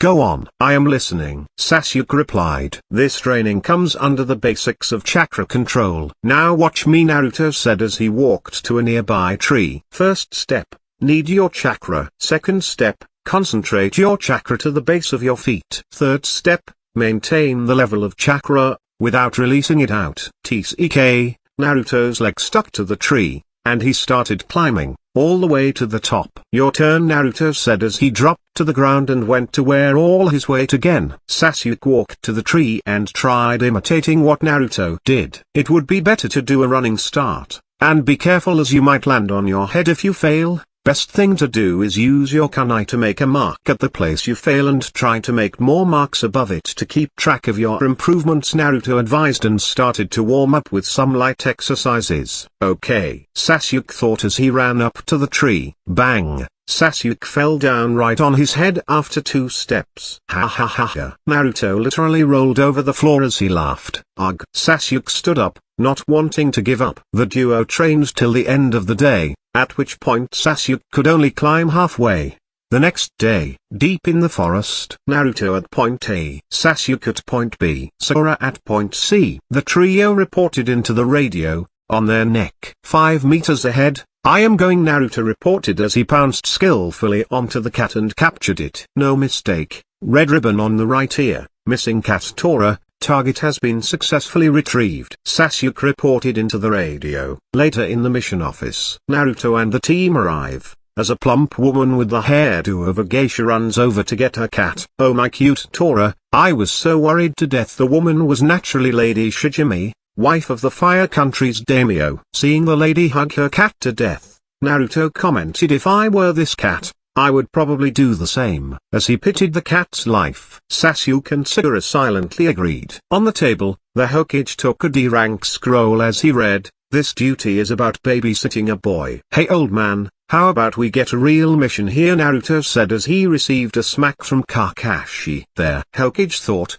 while Iuka took the opportunity to reprimand Naruto. "You've just started out as a genin, your good scores are not an excuse, Naruto." Take Kakashi. The third Hokage called Kakashi's attention. "Yes, your team, Squad 7 has received a lot of praises from our client about how well the mission was performed. Your team has the highest ratings as of now, hence I don't see a reason to turn Naruto's request down. So if you need a mission, there is one to escort someone." Knock, knock, knock. "Come in," the Hokage said, upon which an old man in a hat and a bottle showed up. "What? Aren't they just a bunch of squirts?" the old man asked as his gaze came to rest upon Naruto. "Ah, it's old man Tazuna. How nostalgic. Naruto turned towards him with a bright smile. Particularly, you the smallest one with the idiotic face. Do you expect me to believe that you are a ninja? The old man continued as he took a sip from his glass bottle. The smallest one with the idiotic face? Naruto found that sentence very familiar for some reason. Damn you old man, Naruto shouted back as Kakashi instantly held him back from injuring the old man. I saved your town and don't see you for decades and you have the nerve to call me an idiot? Naruto screamed in his head, starting to hate some elements of time travel. I'm Tazuna, a veteran bridge builder. For the next few months, I'm going to have you protect me as I return to my homeland and build a bridge, the old man introduced as he headed out. Naturally the trio followed the old man as they left the village. Tazuna kept looking at Naruto and said, I still don't feel safe with this kid. You've got a problem with the future Hokage, old man? Naruto asked, getting a bit irritated. Hokage? Aren't they the strongest ninja in the village? You sure don't look like you are gonna be one, Tazuna said coolly. Hee. Old man, the day I become one I will make you acknowledge me, Naruto commented. The day you become one is the day the pigs fly, Tazuna said as he took another sip. Damn you old man, you're asking for it, Naruto raised his fist as he said, while Tazuna did not pay any attention to the comment. Sensei, we are going to the land of waves, right? Are there any ninjas in that country? Sakura asked curiously. Nope, only hidden villages of ninjas, and they are lorded over by the Kages, the strongest ninja in their respective village. Sakura, did you just doubt the third Hokage? Kakashi asked. Sakura felt guilt as she nodded sideways continuously. A while later, the group came across a puddle. They kept walking by as they paid no heed, while two ninjas in dark clothing popped their heads from within the puddle. They waited for a while as the group walked, then descended onto the ground and took off quietly in the group's direction. Naruto quickly noticed the shady movements and smirked as he turned around and blasted off, instantly appearing behind the shady duo. Bang, bang! He knocked out both the ninjas and carried one in each arm as he approached the group. Kakashi was not too surprised, as he had already seen Naruto's skill and had expectations for it. Whereas on the other hand Sasuke and Sakura had the mouths dropped down with Tazuna's own wide enough to fit an entire egg into it. Naruto dropped down the two ninjas as he walked towards Tazuna. You said something about having doubts of me being a ninja? Chapter 9. Demon of the Hidden Mist meets a Hidden Fist. This chapter is updated by novels.pl. You win, kid. I like your guts. Tazuna laughed in a self-mocking manner. To Sasuke and Sakura, this was the first time they faced enemies so powerful. Sasuke bent down as he slammed his fists at the floor, regretting not being able to take any actions. Elsewhere, in an enclosed hall, a short man wearing tuxedo, in black glasses and a walking stick screamed, "Did you say you failed? I paid a lot of money to hire you guys, because you once said you were hotshot ninjas." On the opposite side, a tall bare-chested man was seated with a long blade on one hand, started speaking. "Stop, you darned!" Grumbling, he moved the long blade towards the neck of the man who spoke previously and said, "Next time, I'll kill him with this." Naturally the man with the blade was Zabuza, while the man opposite to him was Gato. "Is it really all right? It seems to me that the enemy has hired good ninjas. On top of that, a tightened guard on account of Demon Brothers' failure means that it won't be easy." Gato was interrupted. "Just who do you think I am?" "You are talking to Momoki Zabuza, who was also called the Demon of the Hidden Mist." The group boarded a small boat that was waiting for Tazuna. "Let's go," Tazuna commanded at the boatman. The boatman then took his oar and started to row the boat. While the others were busy checking the surroundings, Naruto kept staring at Tazuna, and so did Kakashi. "Old man, you said you like my guts, right?" Naruto asked as he looked at Tazuna in the eyes. "Yes," Tazuna said as he stared back. "Then why did you request for a C-rank mission?" Naruto's question surprised Kakashi as he had the same thing running on his mind. "Don't worry, old man, we will protect you," Naruto reassured Tazuna. Tazuna finally cracked as he said, "The Land of Waves is a very small country, whose people have very meager money. Even our feudal lord is a poor man. A small country like the Land of Waves could never afford a B-rank mission even if we pitched in all the money we have. But don't worry, I won't blame you ninjas after all. If I die, probably my grandson will cry a lot, whereas my daughter would probably have a grudge against ninjas from Konoha. Inari-ha, I wonder how he is doing. Naruto mused. Tazuna, you see, C-rank missions deal with basic thieves or armed robbers, whereas B-rank above deal with ninjas. Kakashi explained to Tazuna patiently. Can you please tell us the name of the man after you? Kakashi inquired. Have you heard of a shipping magnate by the name of Gato? You mean Gato of the Gato Company? He's one of the world's richest man. Kakashi tried to confirm with a sense of disbelief. On the surface, he is a chief executive of a shipping company, but underneath he is into drug trafficking and deals in contraband using gangs and ninjas while ruthlessly taking over nations and enterprises. About a year ago, he set his sight on the land of waves. He used wealth and violence to enter this country and took complete control of the island's maritime, transportation and shipping. In an island nation like ours, having control over these factors means having control over everything, but there is one thing that Gato fears. The group looked attentively at this moment. The bridge. Thus you stand in his way, Naruto added. Yes, Tazuna said as he looked down in guilt. The previous ones were mostly Chunins, so they are most definitely going to send an elite Jonin this time around, Kakashi thought to himself as he felt a headache coming in. A few moments later, the group finally reached a land region, and started walking again. As everyone was walking, Naruto takes out a kunai and sends it flying in a certain direction. Naruto, stop scaring us, Sakura screams. I definitely sensed someone there, but not anymore now, Naruto said as he goes to the bush. Behind a bush was an owl rabbit, lying on the ground motionlessly. A substitution. Naruto's expression darkened, as he turned around to see a long blade flying towards them. Duck, Naruto shouted as he jumped up and kicked the blade away from the group. In a particular tree behind the group, Zabuza stood surprised as he saw Naruto kick his blade away. This threatened Kakashi of the Sharingan. I didn't expect for there to be two troublesome opponents in this group, Zabuza mused as he disappeared, instantly arriving next to his blade. At this moment,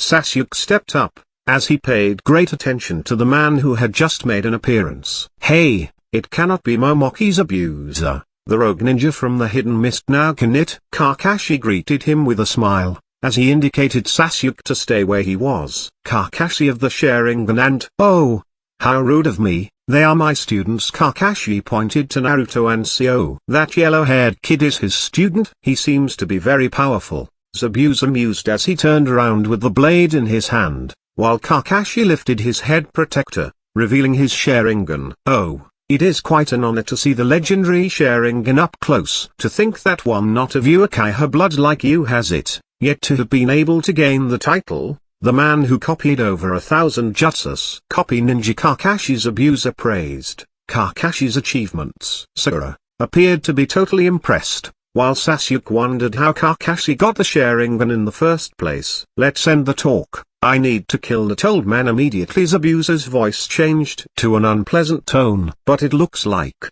I have to kill you first, Kakashi, Zabuza said as he grabbed his long blade and jumped onto a small pond nearby. Zabuza raised one of his hands while the other was held as a seal as he discharged chakra which roiled up the water vapors nearby, instantly forming a thick cover of mist. Ninja art, hidden mist jutsu. Sensei, he seems to have disappeared. Where is he? Sakura asked. Momoki is Zabuza, a former ANBU Black Ops member of the Hidden Mist, one of the 7 Hidden Mist swordsmen and a master of the silent killing technique.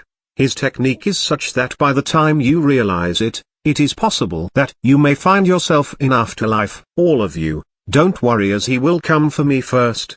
But don't lower your guards. Meanwhile, Naruto was sensing the position of Zabuza and had finally found him. Naruto disappeared from the midst of the group and sent fists straight to Zabuza's temple while he was still busy creating the mist. Whack! The fist landed squarely. Zabuza, before he realized, was already lying in the pond, now barely floating due to the buoyant force. Haku, watching nearby, was alarmed as he sent needles flying to Zabuza's neck. Naruto already knew that these guys did not have it easy. so he did nothing to interfere as he watched Haku do his fake act as a tracker ninja. Kakashi and others stood blankly as Naruto had already dealt with Zabuza while Haku delivered the final blow. "Your battle is over for now," Haku said as he took Zabuza away. Sasuke felt anger rushing to his brains. He did not do anything in this fight either. Kakashi approached Naruto as he asked, "Were you able to home in on Zabuza's location during the battle earlier?" "Yes," Naruto nodded as he went back to Tazuna. "See, I told you we can protect you," Naruto said, reassuring Tazuna's resolve once again. The group then left for Tazuna's village. Kakashi announced as the group kept walking, "Zabuza is most likely not dead. After considering the actions that Trakanin did,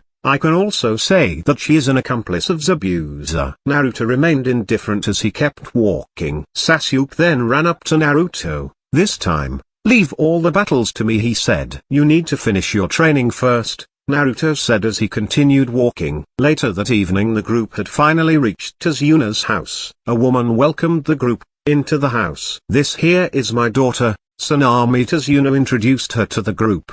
After which a little boy ran towards Tazuna. "Grandpa." "Welcome back," Inari said as he hugged him. "Inari, what sort of greeting is that?"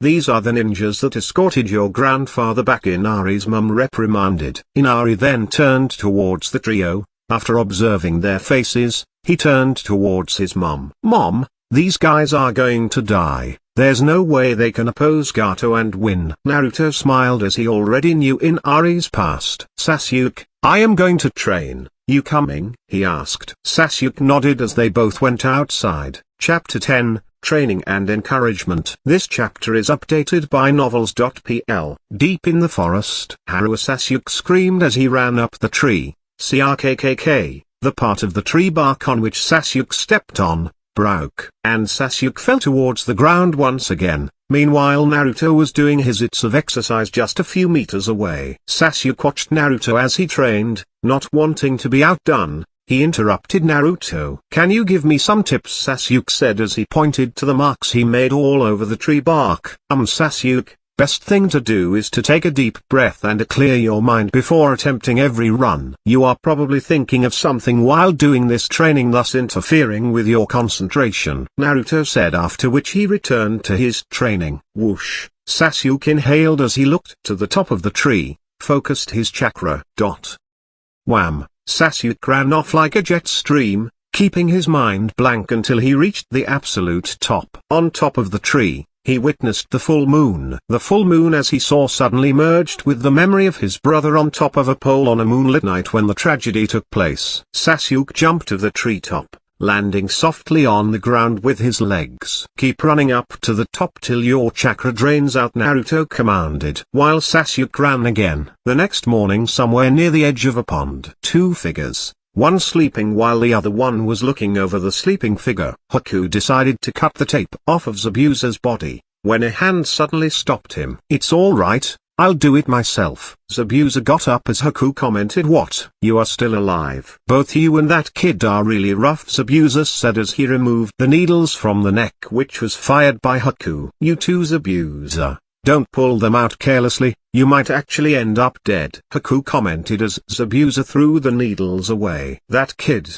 surprised me. He is even more dangerous than Kakashi. Surely what is feared in this world is the unknown," Zabuza said as he strained to move around. "You are still weak from the needles that I shot with. A normal person would take about a week to recover, but I think you will require less than that," Haku said with a smile. "You are so innocent, smart and untainted." "That's what I like about you," Zabuza said after witnessing Haku's smile. "I'm still a child after all," Haku commented with the smile still plastered on his face. Back at Tazuna's house. "You haven't left yet?" Inari asked upon seeing Naruto. "I'm a superhero. Who's gonna become the #1 Hokage someday in future? This Gato or Sato, whoever he is, I'm not worried about those guys at all." "A hero? Ridiculous. There is no such thing. If you don't want to die, Better hurry up and go home, Inari said as he ran to his room. Naruto did not mind as he sat down to have breakfast with the others. We are all going to the forest for training, Kakashi announced at the breakfast table. After finishing, the team went to the forest. Kakashi then turned towards THR Trio and said, we are going to do tree climbing without hands. 2 hands were raised at the same time.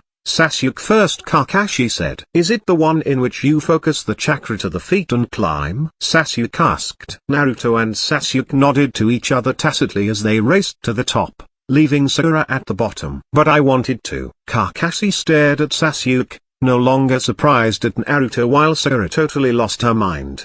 How about walking over water? Kakashi suggested, to which Sasuke and Sakura agreed, while Naruto headed towards the bridge to take the first watch. After an hour, Naruto saw Tazuna up close as he walked with a long iron bar. What happened to stuck-up boy and that useless girl? Tazuna asked. They are in middle of water walking training. Naruto replied with a weird expression as he thought to the question earlier. You don't have to do that. What are you talking about, old man? I defeated the guy yesterday over water. Besides, I have to guard you. Ah, that's true, Tazuna remembered while he kept carrying the iron bar. Got a minute? Tazuna. A man walked over to Tazuna. What is it, Chichi? Tazuna asked. Regarding the building of this bridge. Will you let me quit? Why so suddenly? Not you too? Tazuna interrupted in fear of losing his workforce. If we continue working on this bridge, Gaara will set his sights on us too. And if you get killed, everything would be lost. Jichi then approached closer and he asked, why don't you just stop building the bridge? Not a chance, Tazuna replied stubbornly. This is our bridge,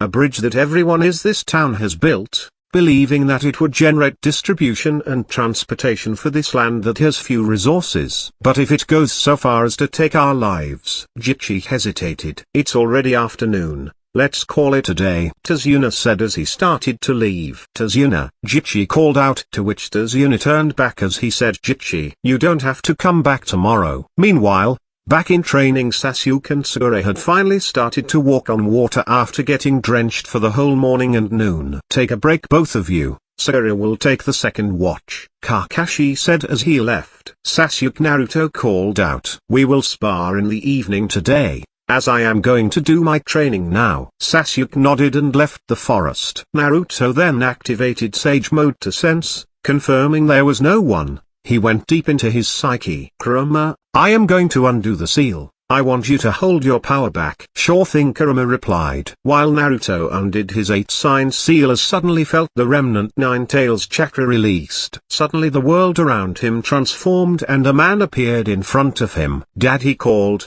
Instinctively, hello, Naruto. Minato smiled back. Hey, the 2 9 tails greeted each other, surprising Minato completely. Naruto had tears leaking out of his eyes. I've always wanted to meet you again, Naruto said as he hugged his dad. Why did you break the seal? Clearly you are not in any trouble, Minato asked curiously. Kurama is a friend, Dad, and he wishes to lend me his powers, which will be completely under my control. Is that true? Minato asked as he looked towards Kurama. Not a big deal, Kurama said, clearly shy of admitting it. Hey Dad, could you transfer the 9 tails power that you have to me? Naruto asked. Sorry, Naruto, Kurama's other half was sealed into my body. In order to transfer that I would first have to be alive, so basically, it is impossible for now. Minato explained. Dad, can you teach me the space-time jutsu of yours? The flying rage in? Sure, Minato said as he transferred the technique by imbuing his mental energy onto Naruto's mind. The third did not tell you anything about the 9 tails incident, did he? No, but Kurama told me everything, including how there was a masked man that tried to control him through Sharingan to attack the village. Don't worry, Dad. The village is in great hands, and I am going to become the Hokage in future, just like you, Dad. Naruto, you are hiding something from me, aren't you? Why do you ask? Naruto tried avoiding a direct eye contact subconsciously. I have been watching the world from within you, though you have not changed. Something about you has definitely changed. The past few days, you became a different person, Minato said as he tried comforting Naruto. Naruto took a deep breath, then told his dad about the current situation he was in, how he came from the other world, him becoming a Hokage, the fourth ninja war and especially Obito and Madara, and how Kaguya and her clan had control of everything from the beginning. Minato took a lot of time before he could process the information. But in the end he just smiled as he looked at Naruto. You've been through a lot already despite your age in this world being only 13, even though I know a lot about space-time in terms of nature and formation techniques. Clearly the seal that sent you here was more than just a technique. I am afraid it truly could have rewound time back. But that does not change who you are, Naruto. Live life to the fullest once again and find another way to defeat the Otsutsuki clan. I am sure you can do it, Minato said as his time ran out. Minato slowly disappeared into the void. Thank you, Dad, Naruto said as he looked towards the sky. Chapter 11. Memories of the Past. This chapter is updated by novels.pl. Naruto thought over his actions ever since the Fourth Ninja War ended, and the Otsutsuki clan's hand behind every huge problem he had faced. He thought over his father's departing words and could only hope that things would work out in his favor in this world. Naruto closed his eyes, once again appearing in front of Kurama. Latch your chakra onto me, Kurama commanded. Naruto nodded as he latched his chakra onto Kurama. A red tail-shaped chakra extended from Kurama's body, pulled over by Naruto's blue chakra. Instantly a few chains appeared around Kurama, immobilizing all his tails and his body. These chains, Naruto thought as his surroundings changed, revealing a woman with long red hair. Mom. Naruto trembled, unable to handle the happiness that had accumulated after he had met his mom, right after meeting his dad. How have you been? I hope you didn't develop any weird way of talking, like I did. Minato, he didn't say anything, did he? Kushina asked as she smiled at Naruto. That's right, I am your Naruto immediately hugged his mom, feeling he would lose her again if he had let go. I have always wanted to meet you again, Yano, Naruto said as he continued hugging with tears pouring uncontrollably. Yano? Huh? You are really my child, Kushina said as she patted Naruto's head. Did he just say again? She thought, finding the sentence very weird. Naruto jumped from Kushina's arms as he said with excitement, I have a lot of things to ask you. I'll answer all of them, but before that, we have to deal with the Nine Tails, Kushina said as she looked up only to find the atmosphere around her peaceful. Kurama is not angry, Yano, Naruto said. Kurama, is that Kyuubi's real name? She asked curiously. Yes, and not only that, he is willingly going to give me his chakra, Naruto said proudly. Kushina stared at Naruto. You see, Minato sealed a part of my chakra in you, so that I could help when the time came for you to take control of Kurama's power. Who knew you both would become friends? Considering Kurama was an unruly monster in the first place. That time was when he was controlled by the masked man. Naruto defended Kurama. Regardless, I will teach you the sealing jutsu in case something happens in future. One can only be prepared, Yano, Kushina said, as she began teaching the seals and the ability that belonged to the Uzumaki clan, which also powered up the sealing technique. You got your hair from your dad, but you've got my face. Sorry about that, Naruto. Kushina smiled apologetically at Naruto while admiring his face. I am glad that you look beautiful. Besides, your hair is straight and has a beautiful red color. I'm sure I would have looked good in that too, Naruto said as he imagined himself with a red hair. You're the second guy to compliment me on my hair. Dad was the first, right? Naruto replied, remembering the previous time he met his mom and the story of how she and Minato met. Kushina started talking about the past as Naruto peacefully listened without interrupting his mom, as he wanted to spend the only precious moment he had with her. After Kushina finished till where both she and Minato died, she looked at Naruto and said, I'm sorry for making you Kurama's vessel. I'm sorry I couldn't stay by your side and shower you with love. Don't say sorry, Naruto interrupted. Even though I went through some tough times as a Jinchuriki, I never blamed you and Dad for it. In fact, I only missed you guys even more, Naruto said, upon which Kushina ran to Naruto and hugged as she started crying. Naruto's words brought both pain and love at the same time, but not being there for him made her regret this statement even more,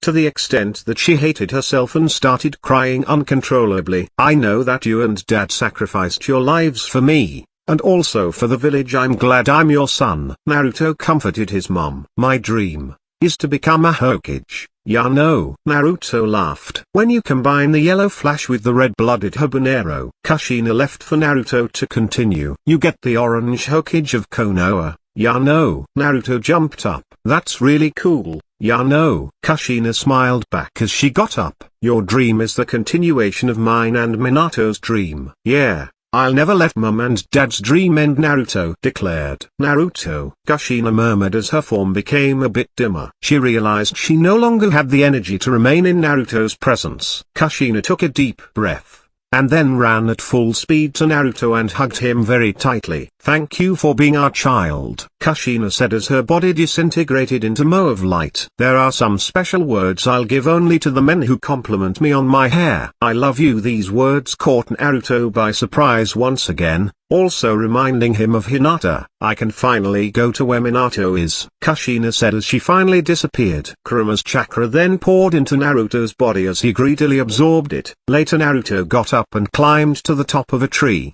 He sat down on the branch and stared into the horizon as he reminisced his encounter with his parents and began to contemplate on what familial love was as he compared it to the life he had spent with Hinata, Boruto and Himawari. Tears broke out, as he cried silently, missing everyone. It was evening.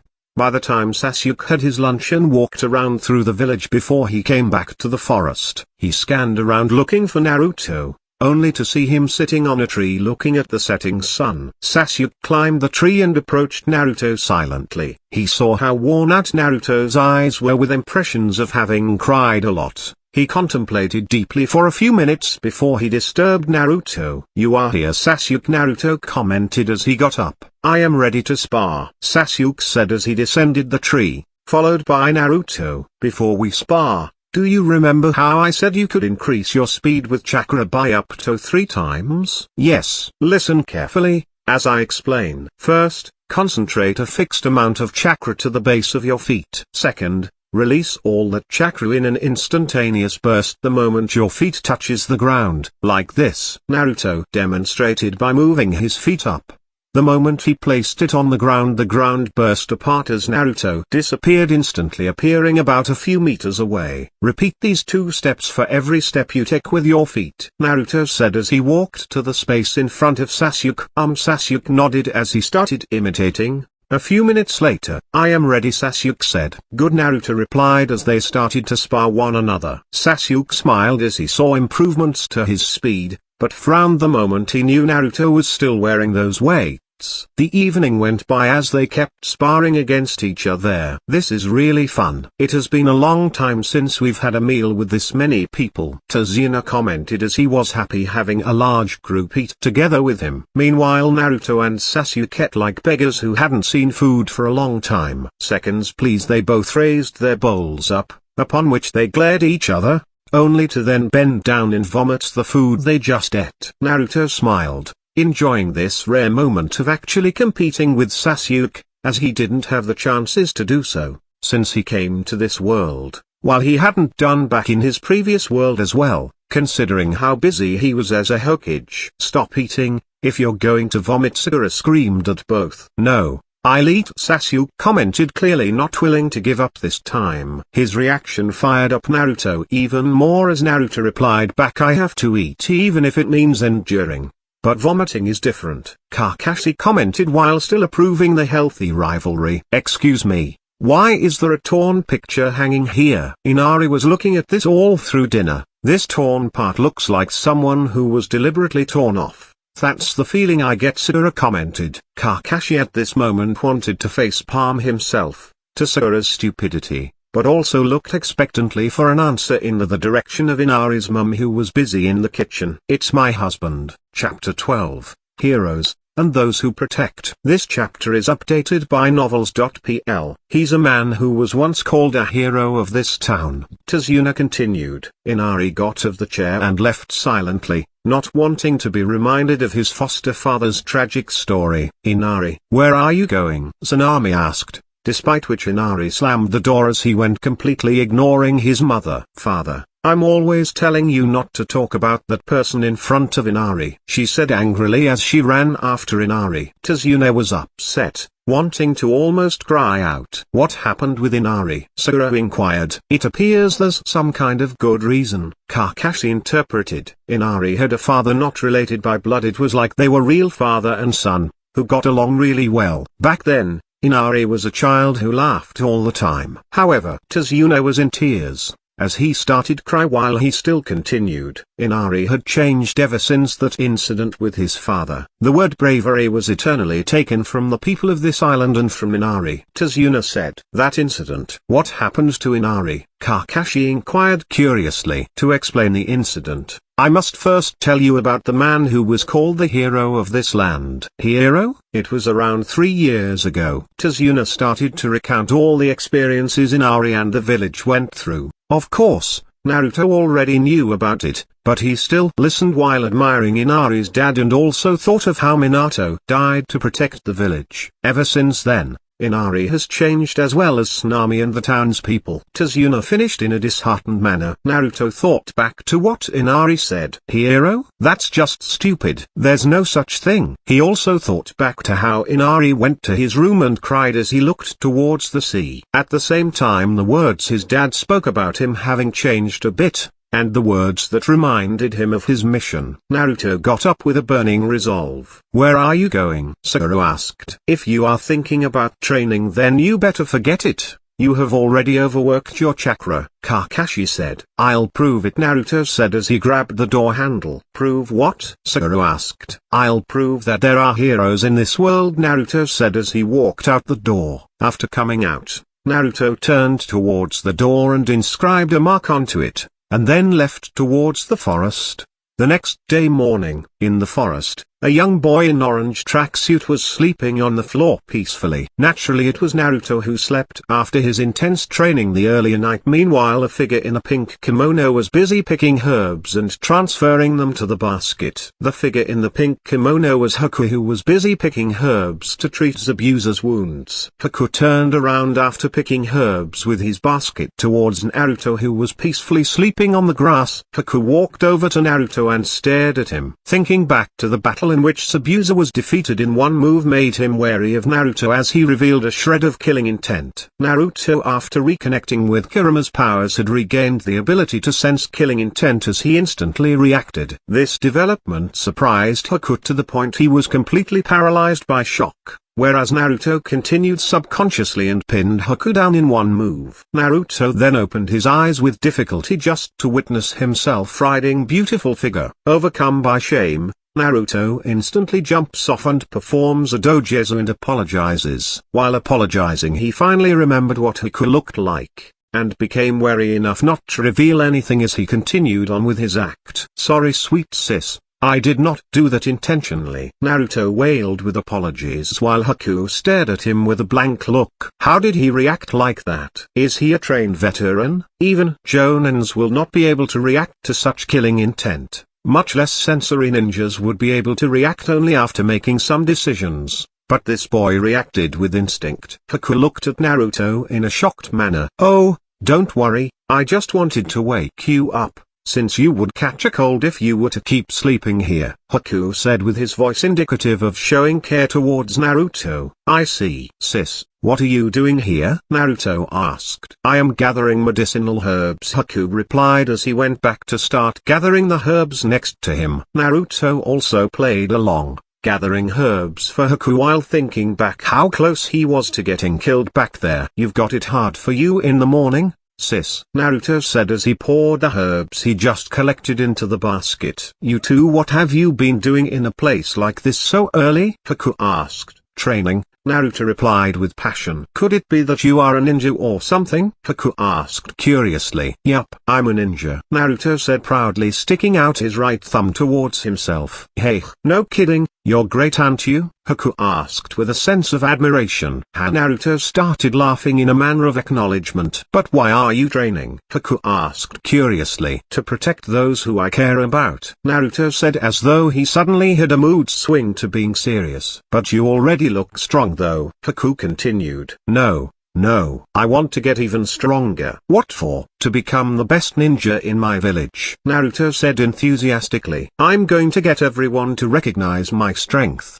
You said you want to protect those you care about, right? Naruto acknowledged with a nod. When a person has something precious they want to protect, that's when they can truly become strong, Haku said as he thought back to how Zabuza has saved him. Yeah, I know that well, too, Naruto replied with a smile. Haku smiled back as he got up and said, you'll become strong. Yeah, I hope we meet again somewhere, Haku said as he was leaving. What Haku had failed to notice was that there was a mark behind his right arm, which Naruto applied when held it while he was on Haku.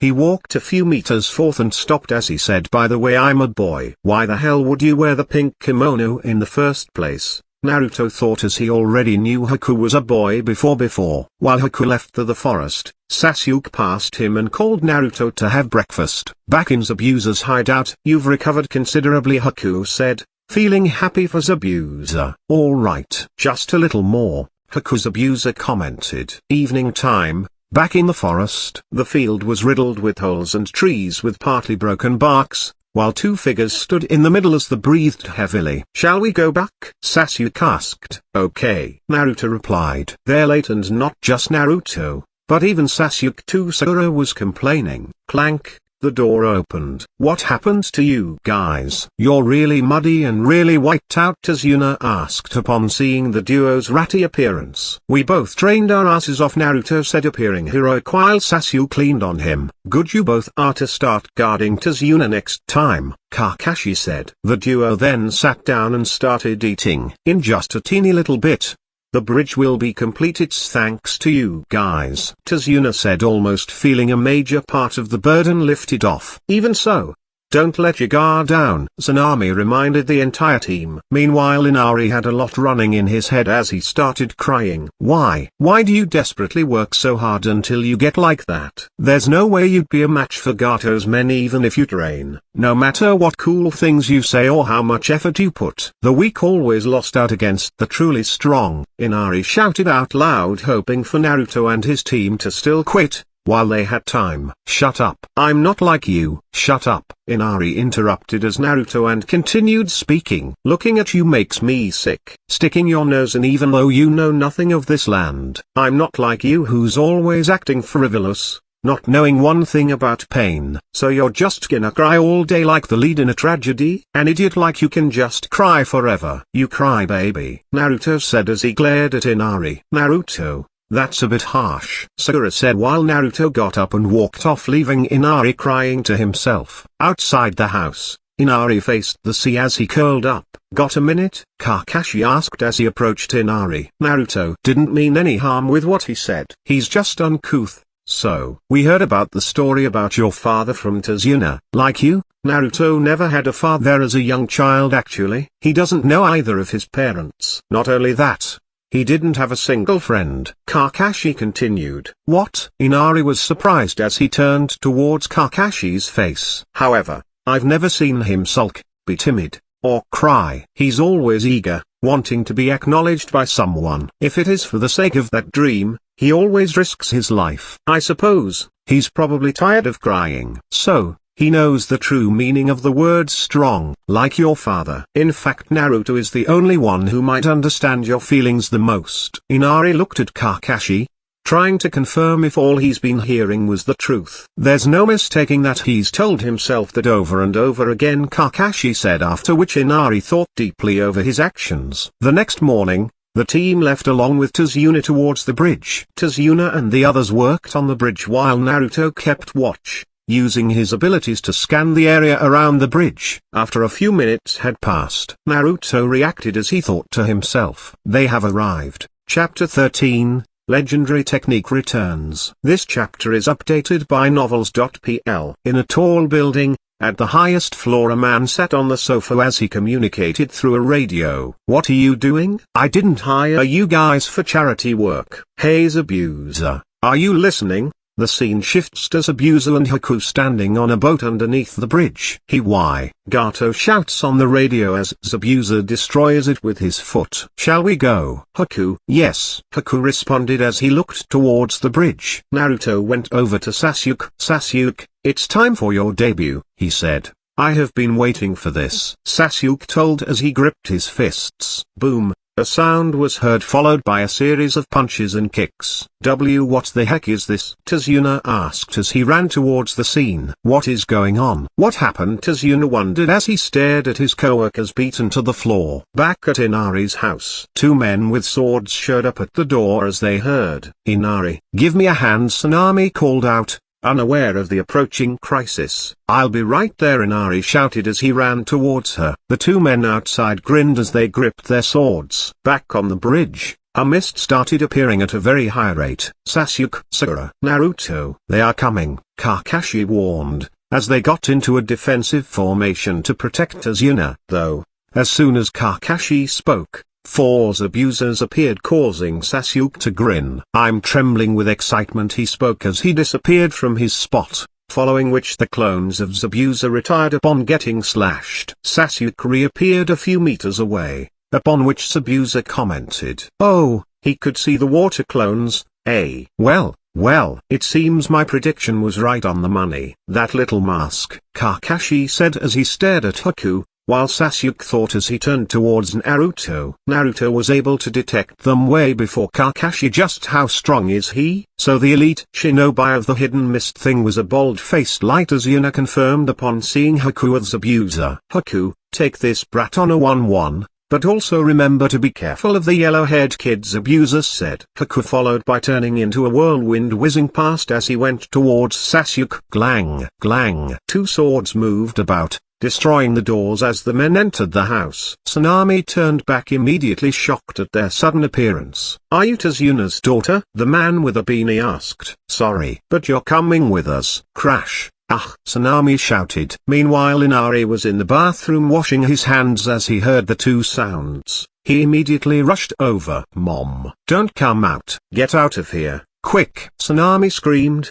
fearing for Inari's safety. What's with you, brat? The man with a beanie asked. Shall we take him, too? Another man with an eye patch grinned. One hostage is fine, he said, causing Inari to become worried. Hostage? Then shall we kill him? The man with eye patch grinned as he pulled his sword apart. Wait, Tsunami commanded, causing the man to frown and turned back to face her as he held his sword still. If you lay a hand on that child, I'll bite off my tongue and kill myself. She threatened the men, intent on not having any harm befall Inari. The man in the beanie frowned, but she continued. You want a hostage, right? She asked, changing both men's action to her favor as man with eye patch lowered his sword, regretting not going ahead. Thank your mom, kid, the man with a beanie said as he looked towards Inari. Inari had tears coming out of his eyes as he stood and watched with fear as the men tied up his mom while he was unable to protect her since he was a young and inexperienced. Mom, I'm sorry. I'm so sorry, Inari said as the men escorted his mother in ropes out. I'm weak, so I can't protect you, Inari continued as he curled onto the floor. He cried bitterly as he said, I don't want to die. I'm scared. Soon after he said those words, his recent memories of Naruto and the conversation with Kakashi flashed by, also remembering the attitude his dad demonstrated which had won him in the first place. Inari wiped off his tears and stood up. Can I also become strong? Dad. Inari stared at the open door finally with clear eyes that had started to brim with fighting spirit. Outside the house the two men walked along with Tsunami. The man with eye patch suddenly cut in as he said, looking at that beautiful skin of yours makes me want to cut you, while the man in the beanie got sick of the action. He then tugged at Tsunami's rope.